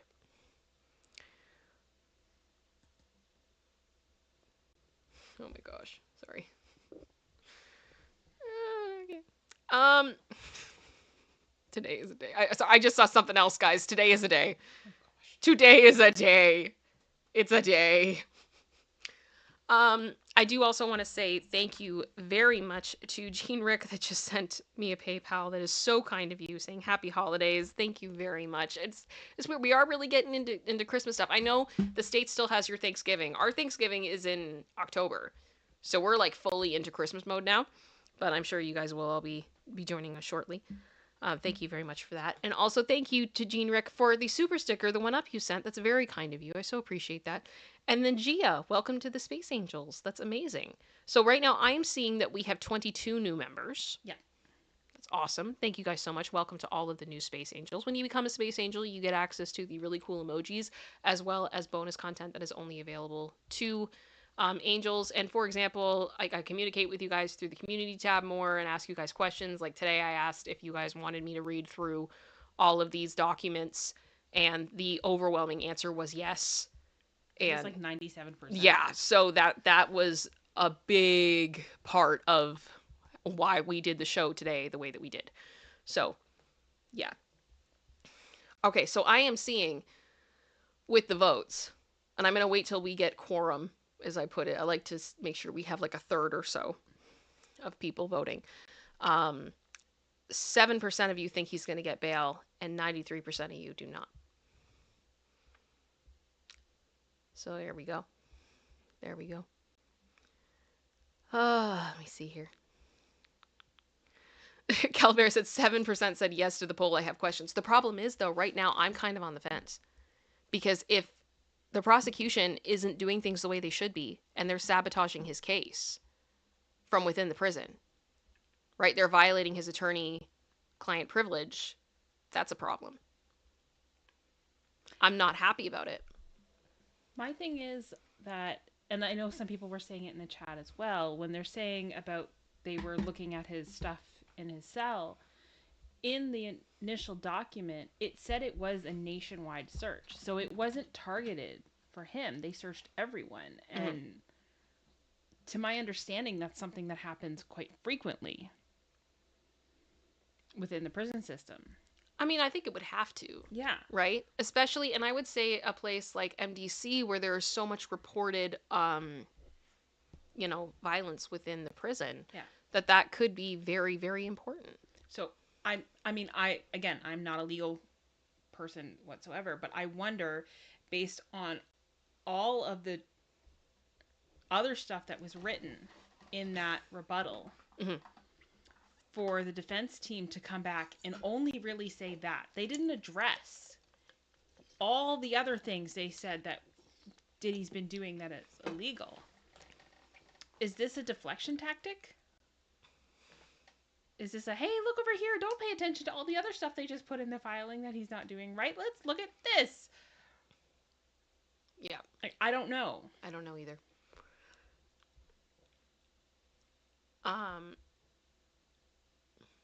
No, Kat just said 7% are saying he should get bail. No, it's, do you think he's going to get it? That's the question. Is he going to get it? And that's my fear. General Scott. To those of you listening, General Scott just sent in a super chat. Thank you very much. That's very generous of you. You've already supported this stream so much today. I so appreciate you saying, when Doves Cry was playing in the ceremony background. That is going to be in my head all day long. Thank you very much. And Katie Artis, yes, look over there. Jade Essence, all 100% iconic. Yes, absolutely. I might be completely wrong. I don't know. I don't know either. I don't know the details of what is legal in that kind of a situation. To me, having raids of the cells is something that would happen quite frequently. And as long as they did everyone and not just him, then,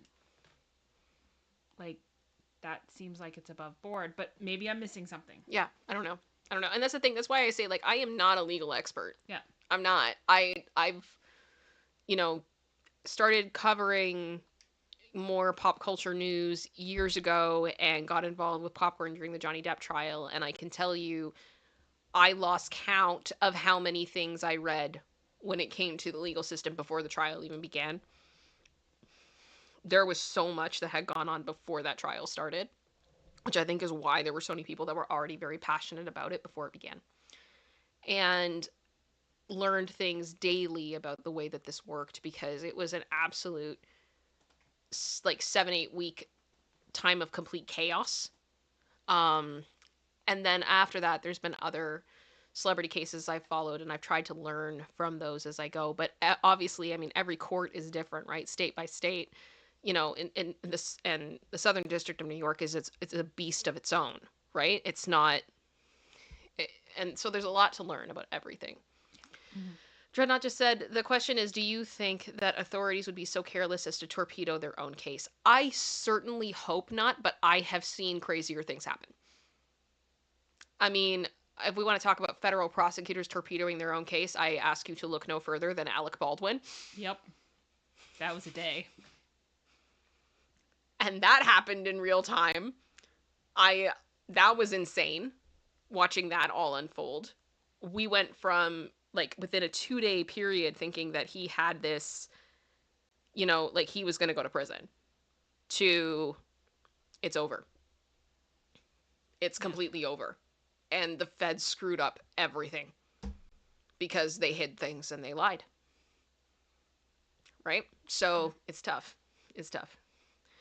Vicky A has been a member for 21 months, saying they do random for so many cells each night. Well, there you go, right? And I don't know how it is at MDC, and I know that MDC is notorious. It is a terrifying prison to be in, so I don't know what their specifics are.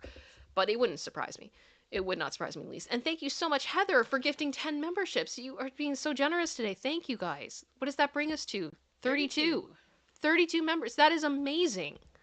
Thank you so much, everybody. That's so, and welcome to all the new Space Angels. I so appreciate you. But as far as them torpedoing, my hope is that there is an explanation to how this happened, and it went through the proper channels. And that potentially this blindsiding was strategic. I don't know. I don't know.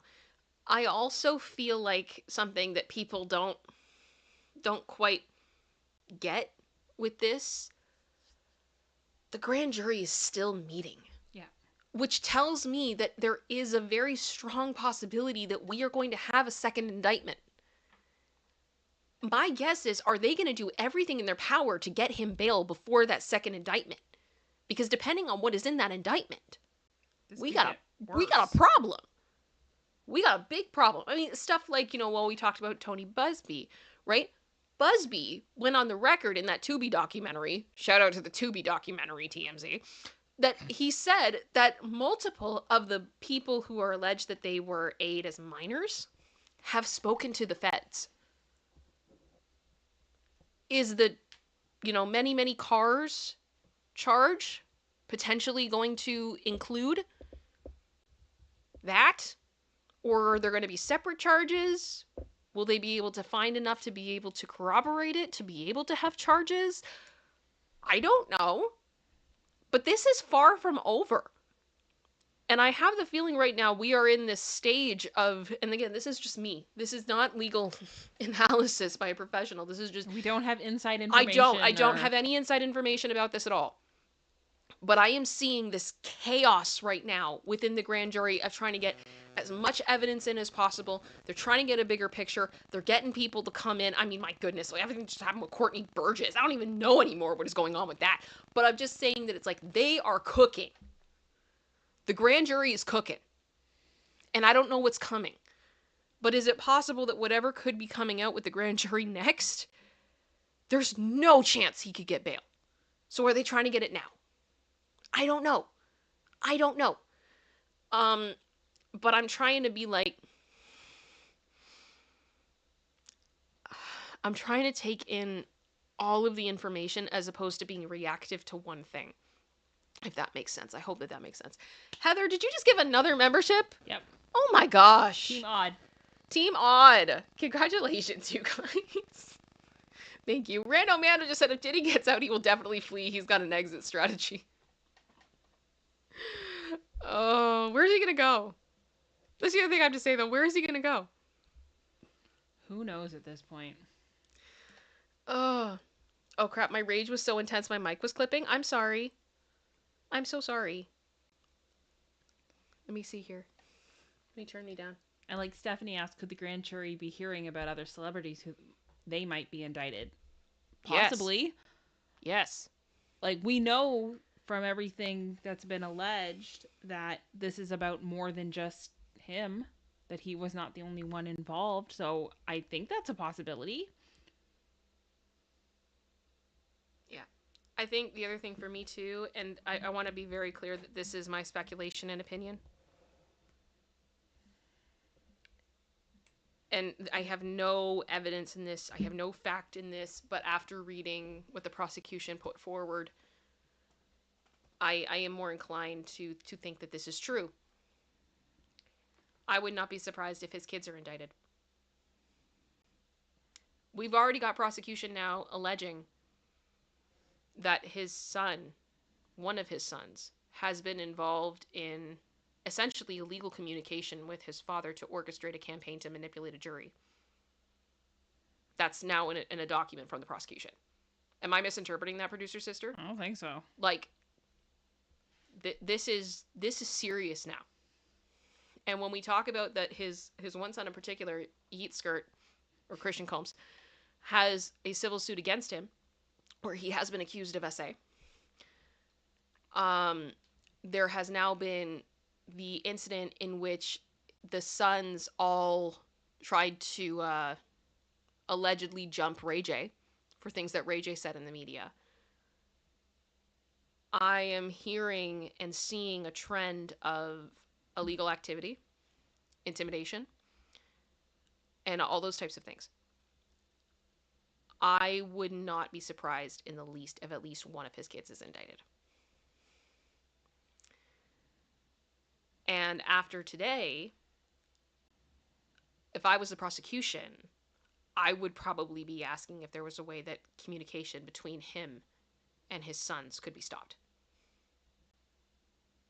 because clearly we have a problem going on right now. That's just me. That's just me. Producer sister. Yeah. I'm curious about what you think. I think it's telling too, correct me if I'm wrong, but in the previous bail packages, some of the terms he has laid out were that he would hand over the passports of his kids, except the only passports that were on that list were his kids who were under the age of 18. I believe so, yes. So the boys Allegedly are not included in that, so they can still leave the country, which always struck me as odd that, yes, I'm as a part of my bail, I'm going to hand you my 2-year-old daughter's passport because she's such a risk. Like, what? Like, what does that? She's 2. Love is going to take over the world. Yes. I mean, she's a bright kid, don't get me wrong. Yeah. I have to say, watching that birthday video and hearing her speak as a 2-year-old, I was like, she's 2? Wow. Smart girl. Smart girl. But just when you're looking at things to use as essentially bargaining chips in order to get bail, a 2-year-old's passport doesn't really seem consequential. Yeah. Yeah. I just stopped the poll, and we're going to start another one. And that poll is going to be, are the feds in trouble? Like, what's happened here with the rebuttal, essentially, from the defense? Are we in trouble? Let me know. Let me know what you think. I kind of think they are. My gut is that they might be. But I'm hoping that there's been enough due process that they're going to be able to talk themselves out of this. But we will see. We will see. I find it hard to take the prosecution at their word. The prosecution or the defense? Or sorry, the defense at their word, just because of everything else we've seen of, trust me, bro, we can control him. No, yeah, pretty much. Like, and then we're going to help him, allegedly, based on these documents. Let me find, I gotta find this transcript. Where is it?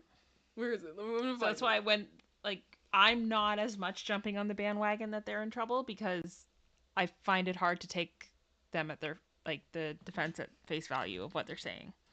That they're not just trying to manipulate.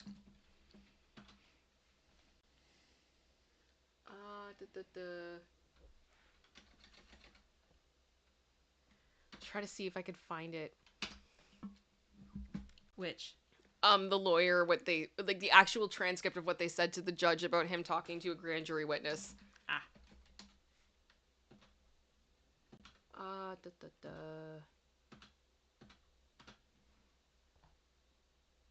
think it was, if I remember correctly, whichever one it was in, it was like page 42, so I'm just trying to find it. These things are huge. This is the problem. I'm looking at all these things, there's so many numbers in my head, and I'm going, what is happening?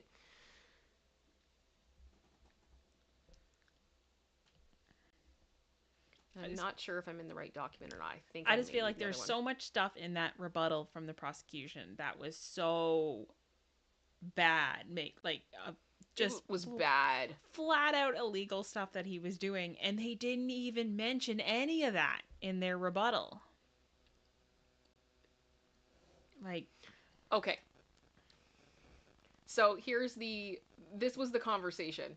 So they're having, it's this hearing where I think they're talking about bail, they're talking about obstruction, all these things. And we've got this here. So this was filed, this is the copy of a previous transcript. And this was filed by the feds along with their big package. So the court says, how does that relate? Because he's going off, Diddy's attorney is talking about how Diddy has shown respect to the court, that he's trustworthy, that he believes that this is serious, you know, blah, blah, blah. He's saying that he's, in some of the cases that are distinguishable, your honors read like Maxwell and Epp, right? And the court just interrupts and goes, how does this relate to the dangerousness generally, or the danger of obstruction? Because it seems that, to me, that it may. What you said relates to the danger of obstruction, but not in a good way for you. Which I always love when judges are like, this doesn't sound good, man. This isn't the flex you think it is. No. Sir, this is a Wendy's. No, if he's aware of this April 1st, 2024, talking to potential witnesses, Then again, why is he contacting the witness in June and July of 2024? Okay, so that's what we were talking about earlier. And here is Diddy's attorney, Mr. Costco, saying, so I have an answer. A witness contacted him. Yeah, the one that he ghosted for 2 years? And left him on red? Okay. I think I know what they're talking about. And a person contacted my client on Signal, so it doesn't show up, and wanted to talk to him. And he spoke to her and the witness, and I'll tell you exactly what happened. The witness told him, I'm a grand jury witness. He told us that, Ms. Garagos and I, and we said, don't talk to her anymore. And he didn't talk to her anymore, and that was that. Feds tell a different story, but okay. She contacted him. And if that's the thing I'm thinking about, I think I'm right. So that's just not him reaching out to a witness. He did not reach out to a grand jury witness, except literally the feds say that they have the things that he initiated contact. So that doesn't work. And then he said, I dispute this wholeheartedly. He didn't do it, and he wouldn't do it, and he wouldn't do it because he has the sense not to do it, and he wouldn't do it because we wouldn't let him do it, you know?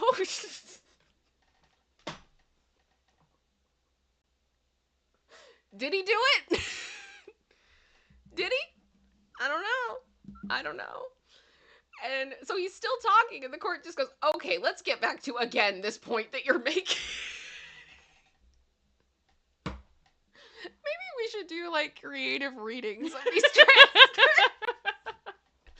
Because this gets me. That sends me. I don't know. I love you guys laughing at it. It's just like, this whole word salad is just insane to me.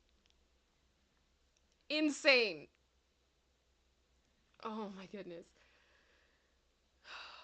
What is it? It says, okay, so let's get back to, again, this point that you're making. It all seems to be that this is just related. This is, again, cabinide to risk of flight. So tell me again why surrendering the passports and everything has something to do with danger. You're saying it shows respect for the court, respect for the proceedings. That seemed quintessentially like a risk of flight. And just the silliness of this. I don't think that hearing went well for them. No. I just love him being like, get to the point. Yeah. Get to the point. What's your point, What bro? is your point, though? What is it? Well, everyone, it is 4:27. I have not received a notification. I know that there are going to be people waiting on this with bated breath to see. Mr. Noodle just said, hey, Kim, do you use different mic or settings for your own stream and Popcorn stream? The problem is, on Popcorn, I'm coming through Zoom. So here, it's literally my microphone to my soundboard, which then goes into my computer, and you guys get the direct feed. Through Zoom, there can be compression, there can be other things, and there's also many different factors with audio levels, so that's part of why it's different. It'd be what it be. Let me see here. How are you guys doing? Let me see what you got. Yeah, so the Fed's in trouble. We've got a 38% of you saying yes, and 62% of you saying no. So, I don't know. We're going to find out more tomorrow. We're going to find out more. We'll get there. I'm going to wait till we get to 100 votes. I think that's about what I did last time before I stopped it. I think we had more than that, but I didn't want to stop it until we got there. Well, guys, I have to say thank you guys so much for choosing to be here today. I am absolutely floored with the support and the turnout. It's absolutely amazing. I'm just going to double check here and see if my peoples have seen anything, because I have not. We are all just waiting. Peoples is peoples. Yeah, Katie, we could do What the Wut. Yeah, you can stop it at any time. Okay. Yeah. Okay. We could do that. Yeah. There's no issue with that with this one. Yeah. I have to download it because I didn't have that moment to do that before, because literally as I was attempting to go live, the Buzbee thing came. Hence the beginning of the garage of the giraffe crying, because that was very much how I felt in that moment. Oh, wow. Yep. Where did you email it? Did it not go? I do not has. You should. I do not has. I may need you to resend. Because it's stuck in my outbox again. Oh my gosh, what's happening with that? I don't know. This is so weird. Ugh. Yeah, easy. Thank you guys for the love. Thank you guys for being here. I am hoping I'll be able to get this for you in the next few minutes. But knowing that, I would not be surprised if they file at 4:59. Yeah, that's kind of what I'm Like, expecting. I really would not be surprised. Not at all. Not at all. Goodness.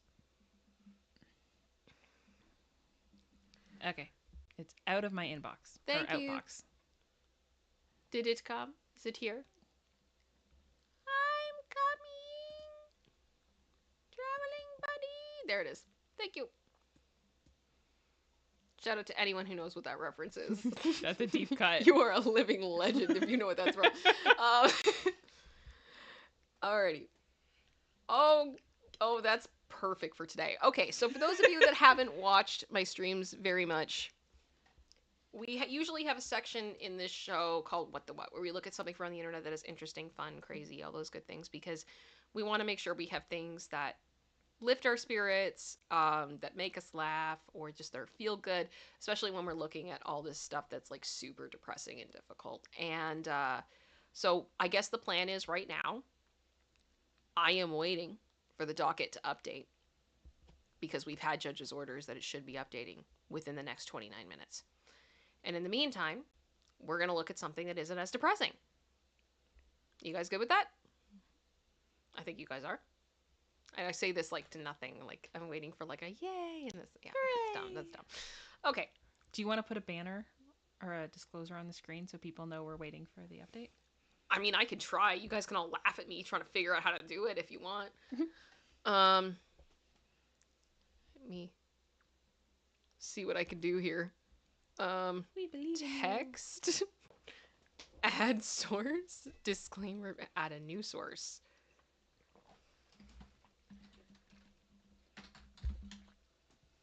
Add source. DJ just said, I believe they have till midnight Wednesday, but I could be wrong. Originally, yes. Yes. You are correct. Based on what was filed last week, that was the original timeline. They changed it today. Oh, you guys can kind of see it starting.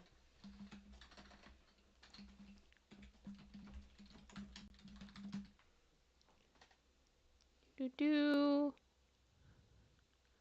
Oh. You see it? Yeah. Yeah. Okay. I'm gonna make it bigger.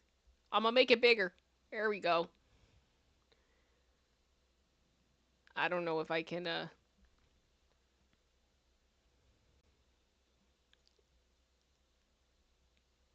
gonna put that up there. I wish there was a way I could outline the text, but I don't know how to do that. So annoying.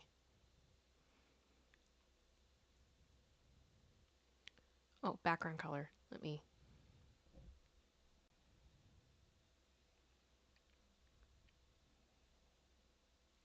Nope. That's okay. You got something up. I got something up. Okay. And then if I go over to this screen. There we go. Okay, that's not bad. I think that's better. You'll be able to see it in a second, producer sister. I think it'll be okay. Okay. Okay. Let's do this. Just to be clear, though, I'm going to go back for a second.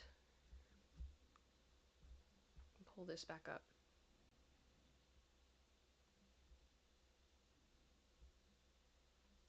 So what we are basing this off of is this from the judge that came out a couple of hours ago. Right here. That it must be, that the government must respond by 5 p.m.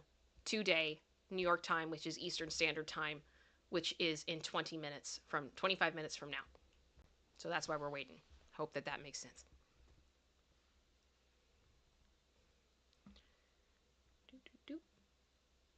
Back here. Alrighty. So we'll what the what until then. We are professionals. All right. Best of the worst in design, everyone. Are we going to laugh at bad graphic design? No, not graphic. This is physical. Physical design? Yeah. Oh, so no. items, rooms, kind of more of a throwback to some of the stuff we did at the beginning. Okay. Sarai, is that better? I just lowered it down like you had asked. I'm wondering if maybe on TVs it isn't as visible. We'll go from there. All right. Oh my. Is that a carousel horse toilet? Yes. um. This is. This is a Jacksonville toilet. I don't know. There's gonna be a lot of Jacksonville. Oh my gosh. Oh gosh. Oh man. Thanks, I hate it. Yep. Oh gosh, can you imagine? Oh, there's so many things I want to say about this, and they're gross. They all end up being gross. They're all gross. No, this is gonna haunt my dreams for life. Okay. Oh my gosh, is that an AT-AT but as a walker? Yeah. That's a win. Yeah. I don't care. I love that. There's a couple on here that I'm like, no, that's a win. I disagree. I love but I it. kept them because I like that's really cool. I'm not mad about this. I would do this. That is an octopus holding mugs. That's kind of fun. That's kind of fun. I'm not gonna lie. I actually don't hate that. I'm not a big fan of the actual like art of it. I feel like you could probably find better ways to, store your mugs. It takes up a lot of space. It does. It does take up a lot of space, but I'm not like mad about it. All right. Oh no. No. That is a no. That is a no from me. Get another tile. Or finish coloring it in. It's not that hard. Get a piece of vinyl. Oh my gosh. That is insane. That is insane. Oh, Chia, I love this. At least one of your thoughts on that unicorn seat is also mine. We're telepathically communicating. Oh, that's gross. This is gross. Oh, no, I'm mad at that tile. I hate that stuff so much. Oh, that's brutal. I hate it. Is that a wheelchair sign on steps? Yep. That's just insulting. It really is. That's a level of... We need more education. We need more education. This is a no from me. Nuh-uh. What am I looking at? What with the buttons? Something that's going to take you 10 years to put on. Why would you do this? What? I gotta count these. How many of these are there? There's Too many. 1, 2, 3, 4, 5, 6, 7, 8, 9, 10, 11, 12, 13, 14, 15, 16, 17, 18, 19, 20, 21. There's 21 that I can see. That's too many buttons. It's too many buttons. It needs to stop. Yeah, Kyle's like, my OCD! Yeah, I know. I can't. No. No, yeah. Jacksonville Taylor. Yep. You're right, General Scott. No. Absolutely not. The dog. I love this.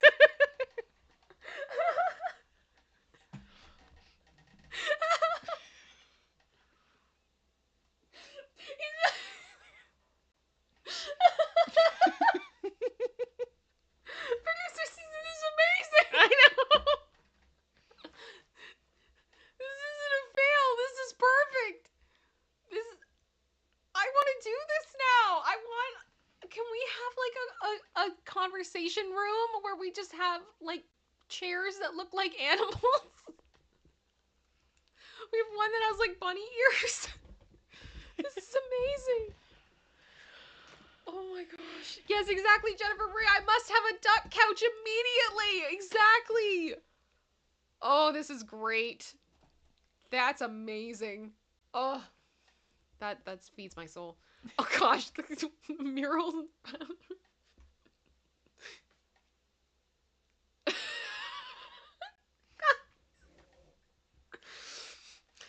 That is I don't I would be very uncomfortable.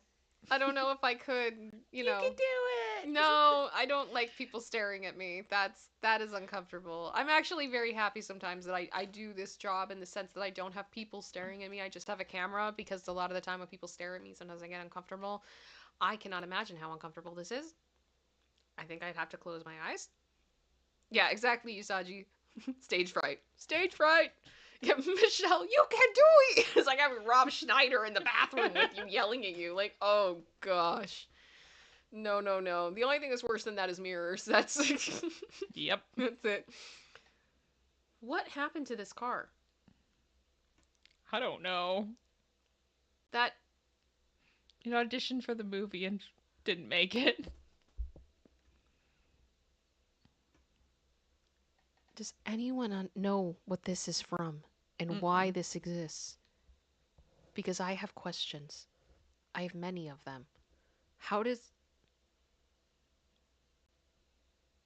Is this a real car?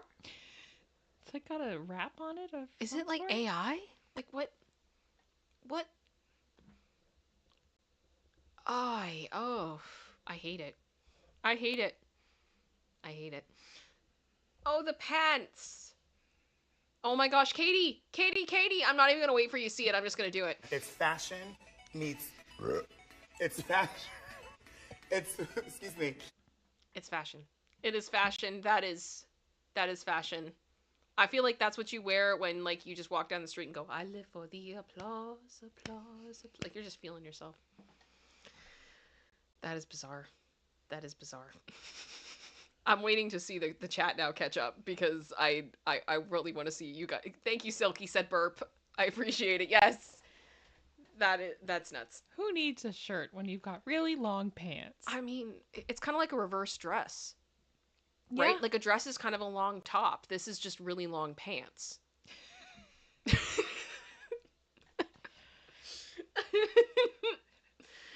Oh gosh. Yeah, Jennifer just said, stop. Someone start taking sewing machines away from people. The purse, though. Right, Katie? Yeah, you guys are amazing. Oh my gosh. These are forks that look like waving hands. I always think of Princess Diaries when I see that. Mm-hmm. Does anybody else think about that? So thank you for being here today. Learn how to wave. Yes. Oh gosh. I've never quite seen sporks like that or spoon. I don't need. Is that like a fork knife? Yeah. This is a very strange set. But okay. I kind of feel like I'd be nervous to put that in my mouth. Yeah, me too. Like, it looks painful. Me too. Oh gosh, it's a giraffe! For those of you that are joining us later on, before this stream began, I was planning on starting earlier, but I had to take a few extra moments because I had to update the stream because Buzbee got sued and other stuff was coming out. And I had a moment where all the new news was coming in and I started making this crying sound. And it is a crying sound that I imitate from a sketch from back in the day on Robot Chicken, if you guys remember that show, where there is a giraffe that is going through the 5 stages of grief. I love this skit because it's not only accurate, but it's hilarious. And the giraffe gets to a point where he's falling into quicksand and he's gonna go. It's done. And so he goes through the stages of grief before he passes. And that includes depression, which includes him wailing and crying insanely. And that is exactly the sound that I made when I realized I was going to have to change my stream for the 4th time. So I then also used the audio from that briefly during the intro of this video to illustrate my point, to which everybody was laughing. So of course, now having this giraffe come back into the picture, it's a moment. It's a moment. That is beautiful. That is beautiful. I'm not mad about this at all. I think I hit the bottom. That's great. What in the actual... No! Producer, sister, there's multiple kinds! I know. Who designed this? designed this?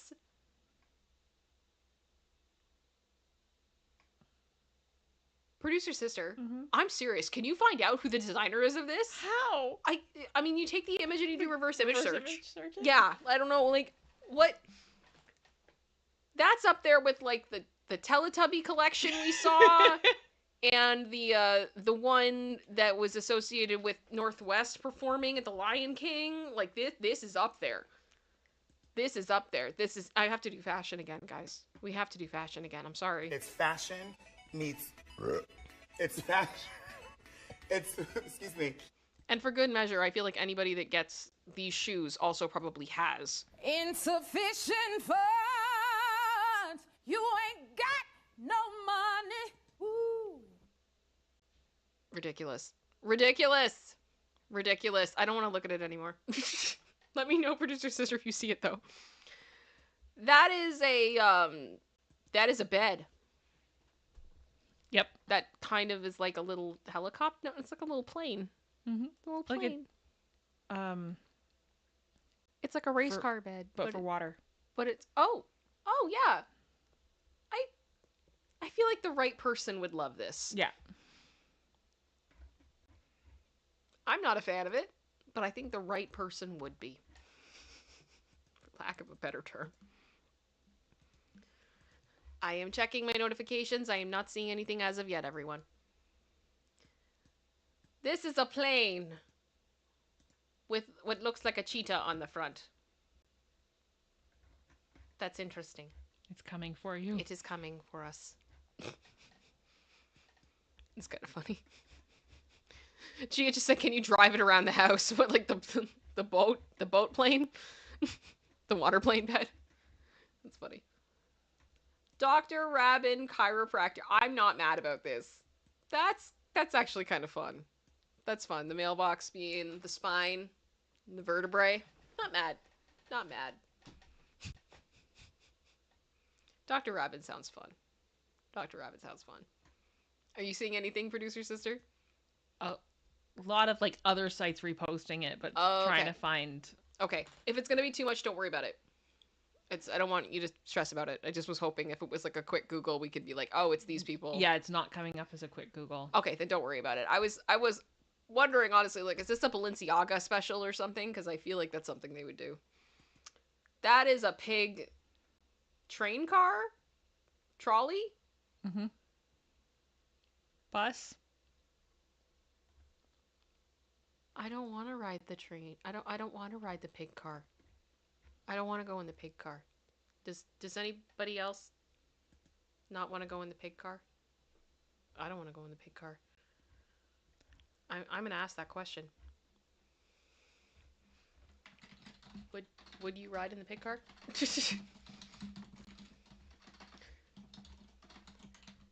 Car? Yes or no? Cause I don't think I would. I really don't think I would. Mm-mm. That's a no from me, dog. Nope, nope. No, the toe slippers. No, that is so gross. I'm sorry. Oh, I hate that. Oh, no. No. Mm-mm. No. Who did this? I can't believe you've done this. Who did this? Oh, ew. Ew. I need to get the Cardi B, like, what is that back on here? Because this is what this was made for. That's a no. Okay, I'm looking at this little girl's hairstyle. What is the hair tie? I don't know. What is that? Can someone tell me what that is? I can't tell if it's genius or weird. Or both. Let me know.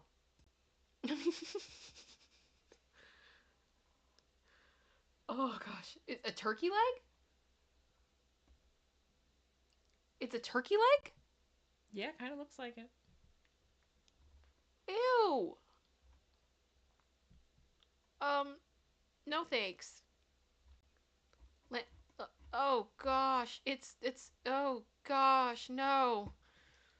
No, no, no, no. The chat is catching. I'm gonna keep going. No, don't, no. No, no. What in the... Oh, the creative artwork. The creative artwork of the photos are beautiful. Are beautiful. Stunning. Stunning. Oh my gosh. Oh, what are with these shoes? What is that? Demon heels. When we said red bottoms, that's not what we wanted. Nope. That's not it. No. No. No. Gosh, I feel like the scene in The Office. Being like, no. No. No. Kyle, look at this photograph. Thank you. Thank you for representing. Have you guys heard the I can't remember if it's DJ if it's a DJ or if it's Thanks You Ruined It or something like that, but they did a song mashing up 2 Nickelback songs, and it's called Feet Pants, and it is glorious. It's one of the most glorious things I've ever heard in my life. It's like, I love feet, and I love pants, feet, pants, pants, feet. And sometimes that just gets in my head and it won't leave. I hate these shoes with everything in me. Oh, no, no, no, no, no. What in the bad Sims am I looking at? No. No, this is when you take move objects off. You cannot. No. No, no, no. No. No. Why? This isn't real. This can't be real. Tell me this is AI. No. Seriously, no. This is... No, no. Stop using the cheats, guys. Stop using the cheats. Stop it. You gotta just play normal for a little bit, okay? This is not gonna work. It's gonna break things, okay? You're gonna break the game. You're gonna crash. You're gonna lose all your progress. Stop it. Oh, no. Oh, no. Sorry, no, I have to, I'm gonna leave this up for 5 seconds and I gotta change it, because I'm gagging. I'm actually gagging. We're going back to the house. Oh my gosh, what was that? Producer sister, what was that? Well. Ugh. Oh gosh, I'm sorry. I'm sorry. No. No, no. No, that was not fashion. That was not okay. That was disgusting. Oh, that was so disgusting. Okay, everybody, we're gonna keep going to the next one. Everybody close your eyes, because I'm gonna have to put it back on screen for a second, but we're just gonna go, okay? Everybody look away for a second. Okay, we're back. And now we're in the slimmest bathroom I've ever seen. The toilet fit. It fit, everyone. They made it. Yep. They made it. Oh, man. Oh, my gosh. Oh.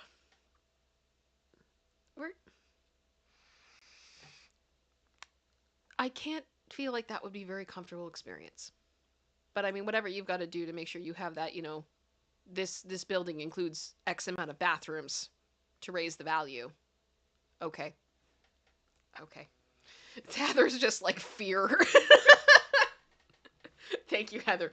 Just fear. That's all it is fear. She's not wrong. Yeah. Not wrong at all. I am going to check very quickly, everybody, and see if anything else has come in. I am looking. Nope. Nope, nope, nope. Not yet. Not yet. Not yet, everybody. Ooh. I really don't want to have to go into Pacer. I've learned that I'm actually getting charged for searching now.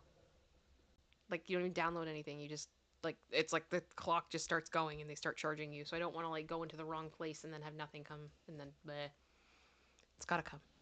I highly doubt we are the only people that are, waiting. But just so you guys know, This is what I'm looking at. So this is court listener. They update the docket. Even if it gets posted and they don't have the document yet, we will see that it has been filed, and then it should be updated later. Because like some of this is what you can see. There's like the download PDF. What can happen is you'll have a see it on Pacer. Yeah, there, buy on Pacer. So this one hasn't been purchased at the time, but we don't have it yet. So I am looking. I am waiting. But the last thing we have is document 71. 71 up here. And that's where the judge made their ruling. So just so you guys know what I'm looking at, that's what I'm looking at. Back to the toilet. I can't believe this is my job. Okay. All right. Oh, gosh, no, the toilet brush holder. Oh, man, that's a lot. That's a lot. No. Oh, glasses. Glasses. What is that supposed to be? Like Nickelodeon slime? This is odd. This is odd. Yeah, Lena, charging for searching is wild. That's how I've interpreted it. Perhaps I am incorrect. I don't know. But it's been like, I've been nervous. Yeah, Michelle, they wait until the last second. They are. I'm nervous they're not going to get it in time. Because they have had very short notice. I don't know. Okay, we'll see. What in the cabbage? Yo, dog, I heard you like cabbages. So I got some cabbage to put in your cabbage so you can cabbage what you cabbage. Shout out to Pimp My Ride from back in the day. Kat said you have to pay for those documents you show us. Okay, legal documents, you have to pay for them. What happens a lot of the time is people are very kind and they share them. We have a number of friends who are lawyers who are kind enough to share some of those documents with us. Shout out to Christopher Melcher. Shout out to, oh my gosh, to John. Yes. And if, I don't know, Katie and Linda, do you have the links for both of them? Give me a second. If not, I will find them and I will add them because they've been amazing. John Witherspoon and Christopher Melcher. I cannot tell you how many times I have like messaged them at the like 11th hour and being like, something just dropped and I need it and I'm dying. Please help me.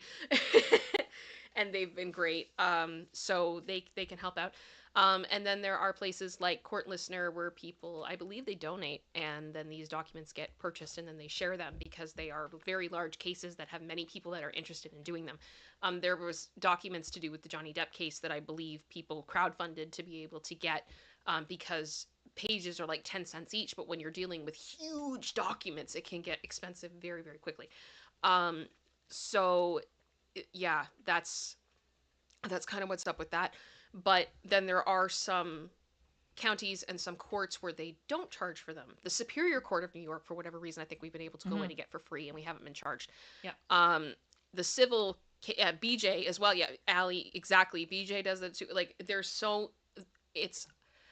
I understand why they're charged, but a lot of people do share these documents, so it kind of becomes a game of who's got it first and who can share it. Which is also part of why one thing I've been working on in the background with Popcorn is creating a database of all of the civil lawsuits against Diddy, because there's so much to do with that is just crazy, and so many documents. Nate the lawyer, exactly. Everybody's amazing. No, Katie, that's perfect. I think personally for me, the two that have come through the most for me have been John Witherspoon and Christopher Melcher. And it's no disrespect or hate to anybody else. I love everybody that has been mentioned. Deep, like amazing people. But that's what's up. It depends on the court. It depends on all of that. Alrighty, but yeah, lots of cabbage. What is with these people in toilets? Just have a normal toilet. Nah. No, what? Why are there rocks and shells? It's a rock. Like, why? Oh my goodness. Okay, guys, we are looking currently. It is 4:59. It is 4:59. I'm getting nervous now. I am getting nervous. So just so you guys know, I have Court Listener on speed dial essentially, and I am a member of Inner City Press's Patreon, and they share stuff as well. And they've been pretty on it. So I am still waiting. I am not trying to deceive you or keep you hanging. We are waiting. We can't control the courts. I can't control the court. That's not up to me. Only the screenplay, the glitter, and the weather. Yes, but believe me, this Canadian cannot control what happens in the Southern District of New York. What the heck with this door? I love how they kept the top of it. I know. Like, we're just gonna keep it. There you go. Maybe we should do that in here. We have a door that's a little bit wonky in this room. Oh gosh. Yeah. Heating duct. Yeah. But just before anybody yells clickbait, clickbait, clickbait, we're trying. We're trying. We're waiting. We're refreshing. We're waiting. The planter, please tell me that's AI. The jeans and the shoes. This is weird. This is very, very weird. Oh gosh, General Scott, Rocky Mountain High plays every time you flush. Can you imagine? Oh, sorry, I just said it's Kim. You're an hour into the future. No, I'm in the same time zone as New York, right? Yep. Like, I'm in Ontario, Canada. We are like New York is below me, but we are the same time zone. So we're just waiting. We are just waiting. Oh, stop with the shoes! Why are these snails? That looks like it's at a thrift store or something. Oh. Didn't you want snail shoes? Something producer sister and I love that I feel like does not get enough love in today's day and age is the old Disney Channel show or ABC show, I can't remember which one it was, of Muppets Tonight. There is an episode we love of that show where the special guest star was Paula Abdul. It is absolutely fabulous. If you ever want to look it up, it's on YouTube. You can look up Muppets Tonight and Paula Abdul. The whole episode is just... But there's a running gag through the whole show that the 9 Inch Snails are coming to perform. Not the 9 Inch Nails, the 9 Inch Snails. But they're late. Because they're snails. So there's a quick clip of them at the end of the episode where they sing a song. And yes, it is a metal band. Experimental metal band of snails. And I just have that song in my head now looking at these snail shoes. And it's like, no matter how quickly I go, I always seem to come in last. Like, it's so ridiculous. Yes, Cat Muppets Tonight with Prince was awesome. It was so good. There's another one too. Whoopi Goldberg's episode is fantastic. The rats are trying to play reggae. They try to play Bob Marley. No woman, no cry. No woman, no cry. It's so good. The whole show is fantastic. Oh, he's very proud of his Jesus tattoo on his shoulder. Jesus is on his shoulder. Yep. He's always with him. Must get cold. Oh my gosh. Oh my gosh. No. No, no, no. Oh.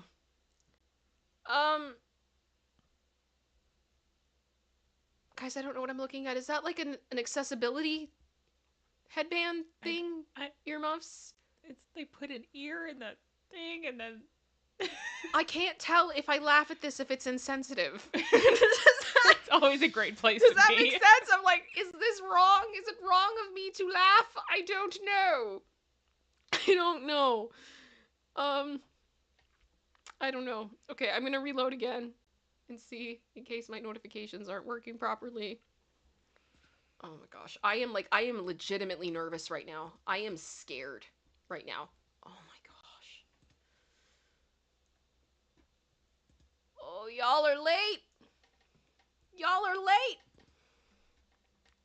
Oh my gosh. Okay. Let me take a look here. Let me see what I can find. Inner City doesn't have anything on Twitter. No. I'm checking Twitter. I'm gonna try to go into Pacer.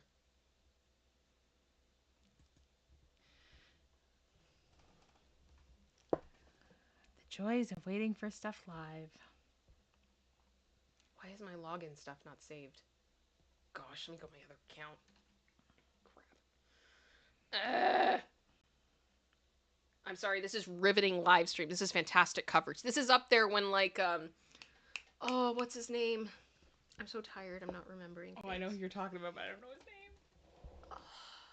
He's a reporter in Florida. Please help me out. He's amazing. He covered, there was this one day where he was covering the Ocean Gate thing because we didn't know if there was going to be like a statement or something. And the live stream was literally just him in a cubicle. Nothing was happening. He was just sitting alone. There was no sound. There was no nothing. And like thousands of people were watching him. And I was like, that is legendary.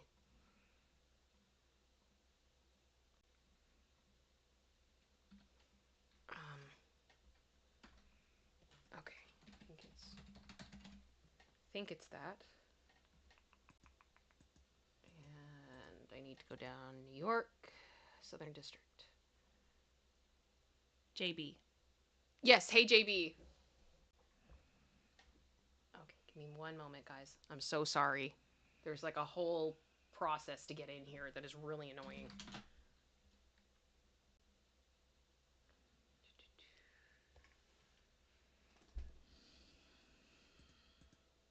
This is the joys of waiting for things coming live where you don't really have the ability to prepare early, because if we did, then we wouldn't be here. No, we would not be here. So we all just get to hang out together and I get to be boring, and I'm very sorry that that is the case. Do you guys have any questions or whatnot while we're waiting? Yeah. You can put in the chat and we could see what we can do. Yep. Oh, perfect. Okay. I gotta get my other authorization. Oh my gosh. Takes forever.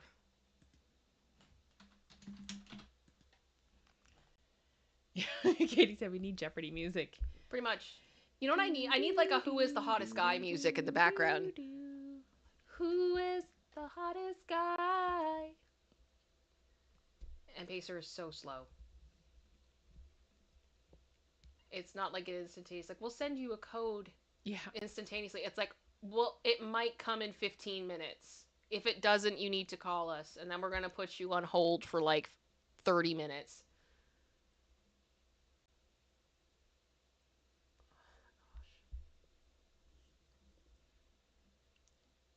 Yeah, JB is a reporter in Florida. So, and he was doing what Kim's referring to was when Ocean Gate happened last summer. It was a lot of just fly by the seat of your pants because nobody knew what was going on. Heather asked if you guys can send in photos of your animals, which maybe we can put something together for that. That could be fun. Let me talk to Kim. Yeah. And we will let you know. Yeah. Oh, okay, I'm in. Yay! Okay. Now I have to find my way around here. Is there a document?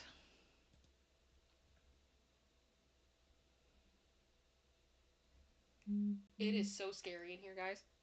Like, I get so nervous.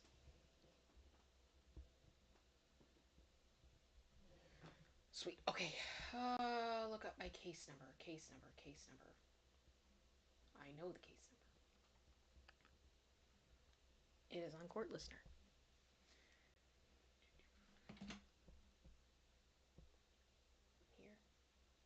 Here. You're getting more votes for Henry Cavill. And you're Who's the Hottest Guy from Uncensored. Why is it?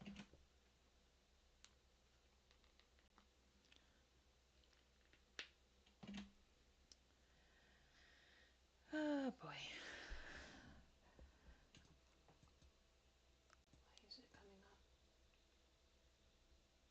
So Cal Bear said, I watched Deadpool and Wolverine yesterday, and I have to say, in my opinion, best Deadpool movie ever. I personally haven't seen any of them. They're funny. So you guys tell me, do you agree?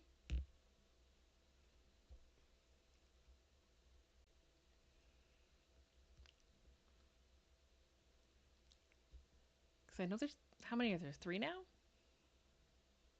I think. I might be wrong.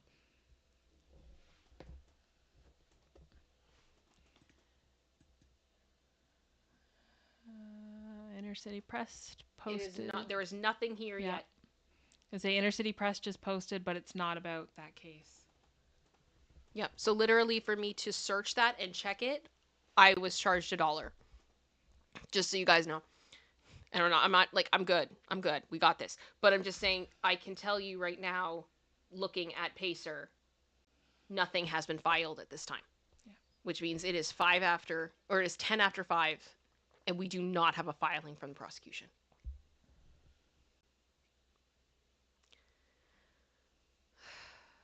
Which is concerning.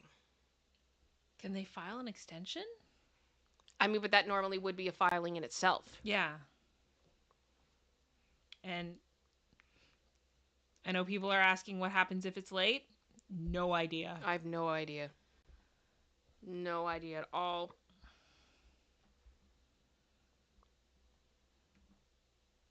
But I'm just letting you know that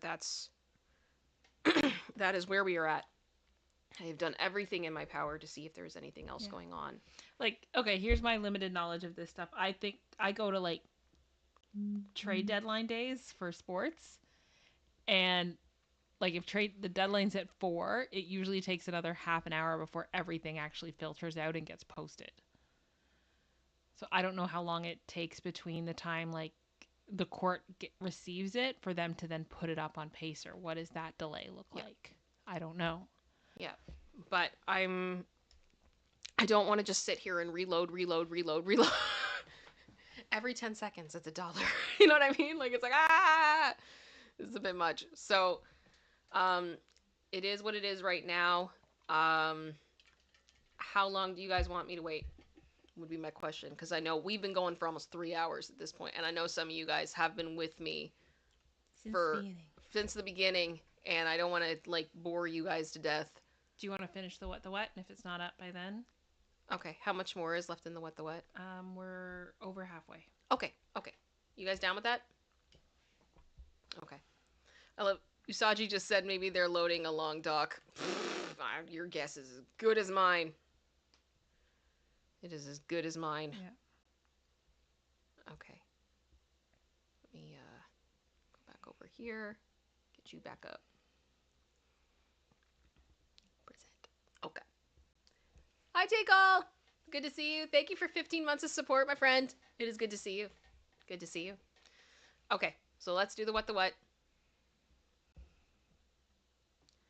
Oh my gosh, what are those? What are those? Literally, that is what this meme should be about. These. What are those? What are those? Nuh-uh. Okay, we have a phone. Denise, hi, being like, fun fact, I've been here for hours. Hi. Hi, thank you for being here for hours. Oh gosh. Okay, this is funny though. The Ireland phone, isn't it beautiful? It is beautiful. Oh my, I don't like this. The plushy chair. There's something about that is concerning to me. It's staring at you from, like, I feel like it's cute in concept, but then it's not. You know? Not an execution? No, I don't like it. I don't like it. Oh yes, it is the high-heeled chair. I've sat in one of those. Mm-hmm. I did. I went into a thrift store and they had one that people use to try on shoes at the thrift store, and I had to take a picture with the high-heeled shoe. I think it might have been that same one with the leopard print. Yeah. Yeah. I mean, if you're gonna do it, I mean, yeah, do it right. Do it properly. Oh, thank you very much, Rando Mando, for the PayPal you just sent me. That's very kind of you. I will likely be putting it towards, documents. But thank you so much. I do appreciate it. You guys are wonderful. Thank you for how much you spoiled me today. I very much appreciate it. Katie just noticed their desktop. I mean, yeah, it's a happy face of icons. That's a commitment. I love it. Is that a wood scooter? Yep.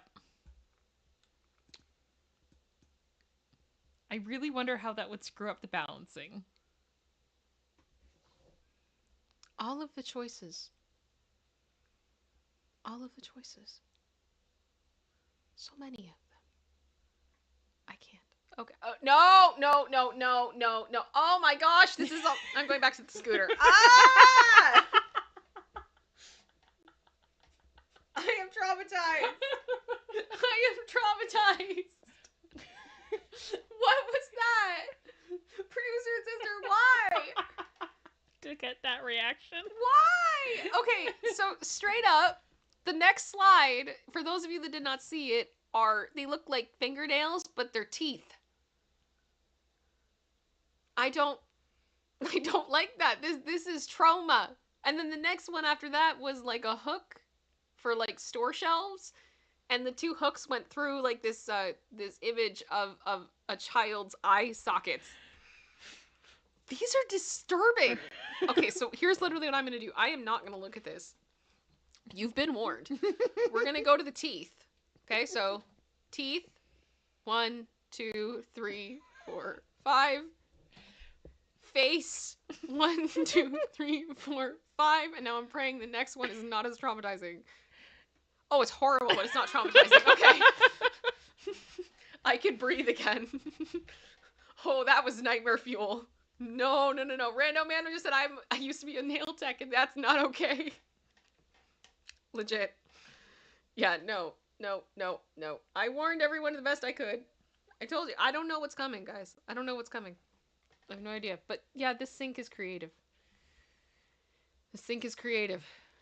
But I mean, I guess you do what you gotta do. I feel like you probably could have made a better cut, though. It's very jagged. All right. I feel like you're gonna hurt yourself like you're gonna cut your arm. Is that a plate that has a pattern of fries, but Yeah. there's no fries in it? Yes. How dare they? How dare they? They're just tempting you. That is rude. That is very rude. Not another foot count. What is with feet? See, this one's not as much because it's just how they position the pillows. It looks like a foot. I want to say this right now. I'm not trying to kink shame nobody, right? Like, you like what you like, and I'm happy for you. But this foot thing is getting a little bit. It's a lot.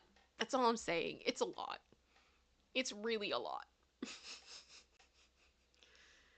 Oh my gosh.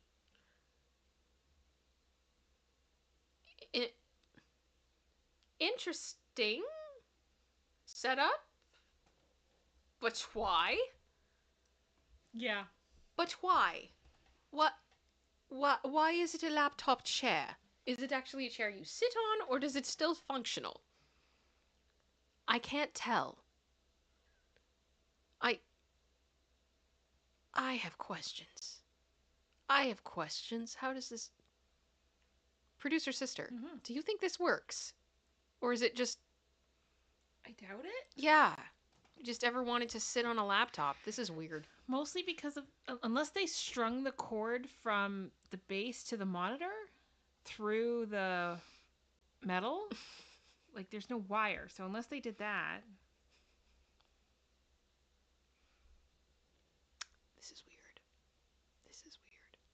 Yeah, Cal Barron, I'm not here for it. Laptop chair from Jacksonville. My brain is like dissociating at this point from some of this stuff. I'm so sorry. Producer sister, are you okay? Yeah. Have I said anything weird? No, you're Okay, good. okay. That is a kettle. Yep. That is then I mean, it's kind of creative. Yeah. If you end up in that position that you need it that way. Okay. How you make it work? What is this? It's a purse. It's a purse? That you can't put anything in. It is a stacking chair. It is a foldable chair purse.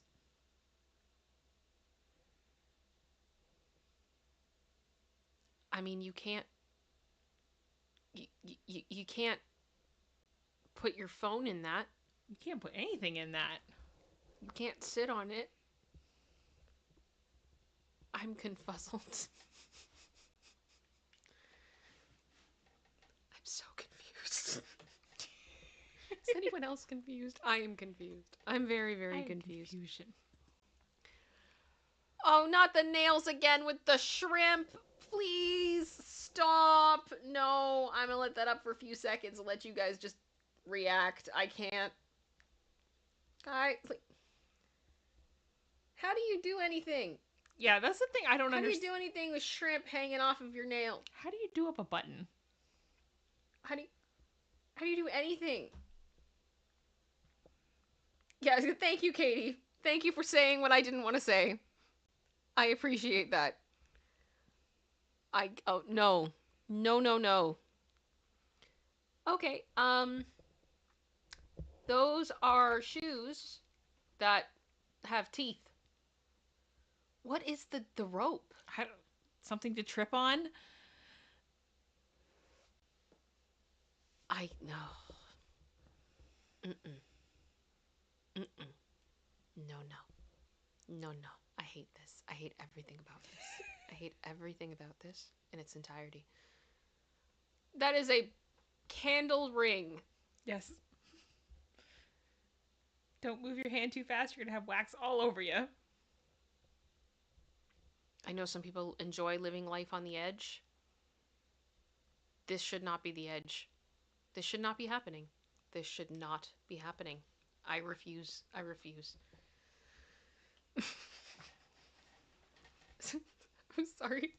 Marcia just said it looked like spaghetti.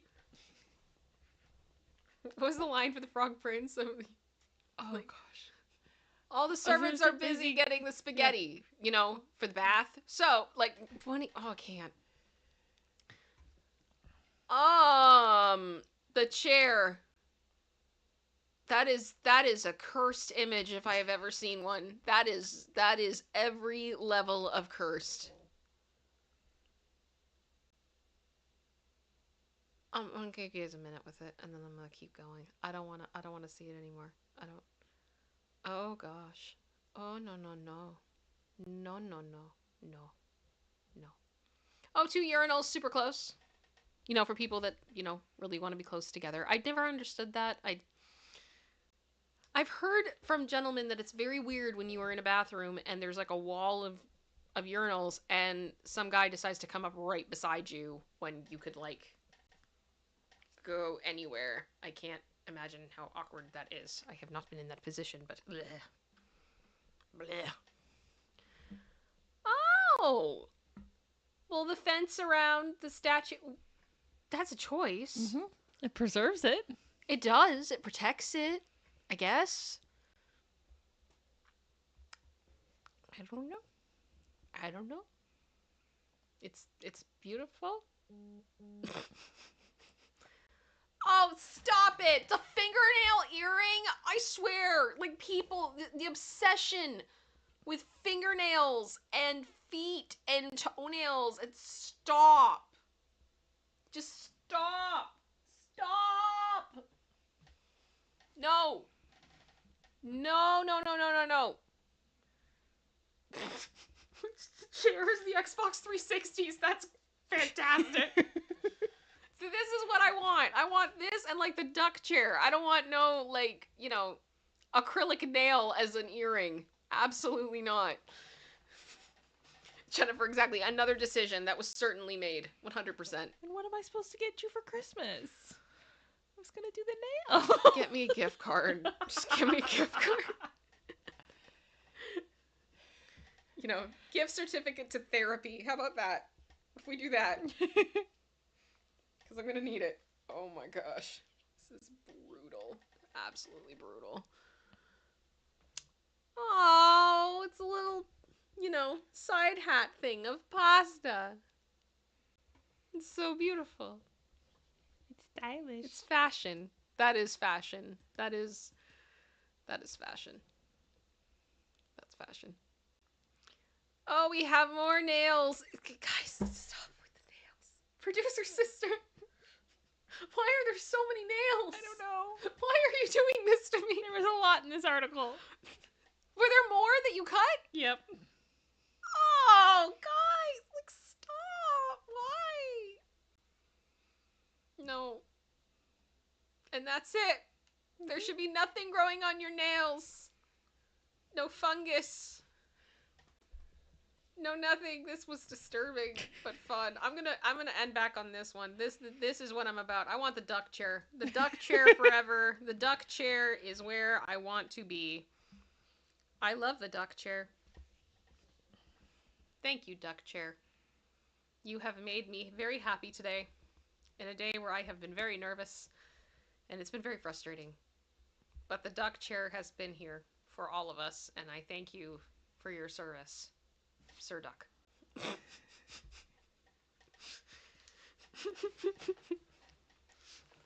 Much love to the duck chair. And that's it. You guys, it is 5:25. 5:25, and I am reloading again on Court Listener. I have not seen. No response. No response. Okay, so here is kind of where I'm sitting.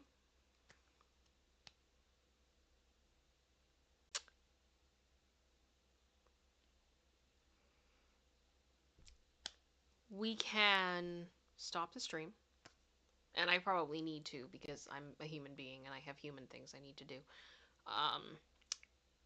And if this comes through soon, we could potentially come back and go through it, or we wait and it's something that potentially we will talk about on Popcorn tomorrow, and I will do my best to bring that up because clearly we're also going to have a hearing, right? So it's, I don't know what the right thing is to do right now. Well, the problem, we don't know when it's coming. No, and I feel really bad that like you guys have been waiting for this, but at the same time, like We don't control I the can't court. magically make it happen, right? So like just so you guys can see it, I'm just gonna put this away.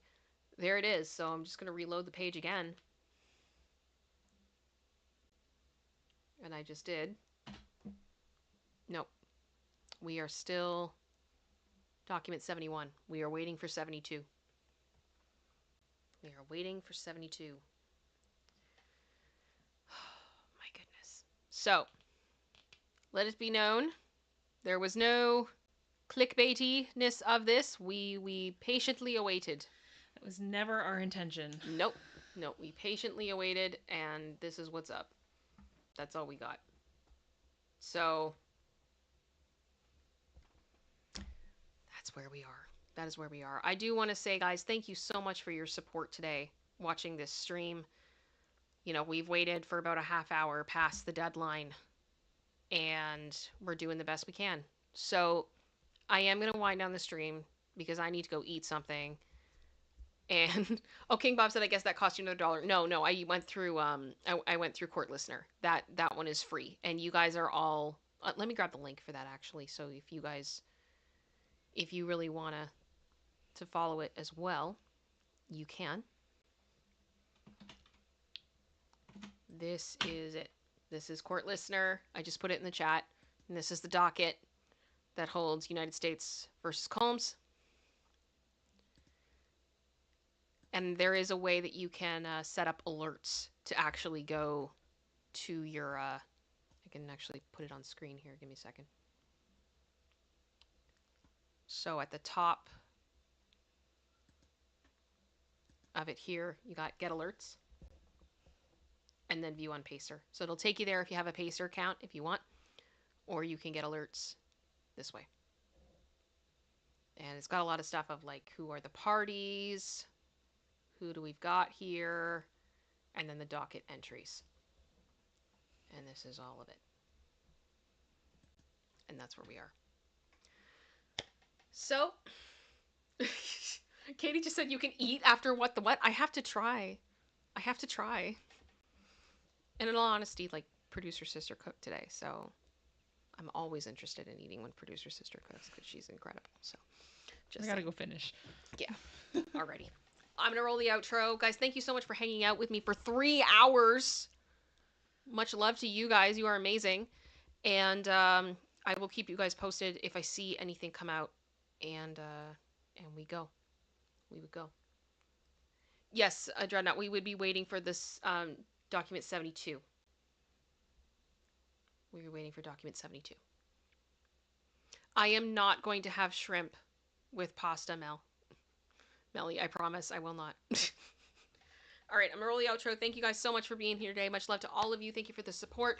I will see you all very, very soon. I hope we get some answers. I hope this isn't bad. I am scared. All right, we'll talk to you guys later. Bye, guys.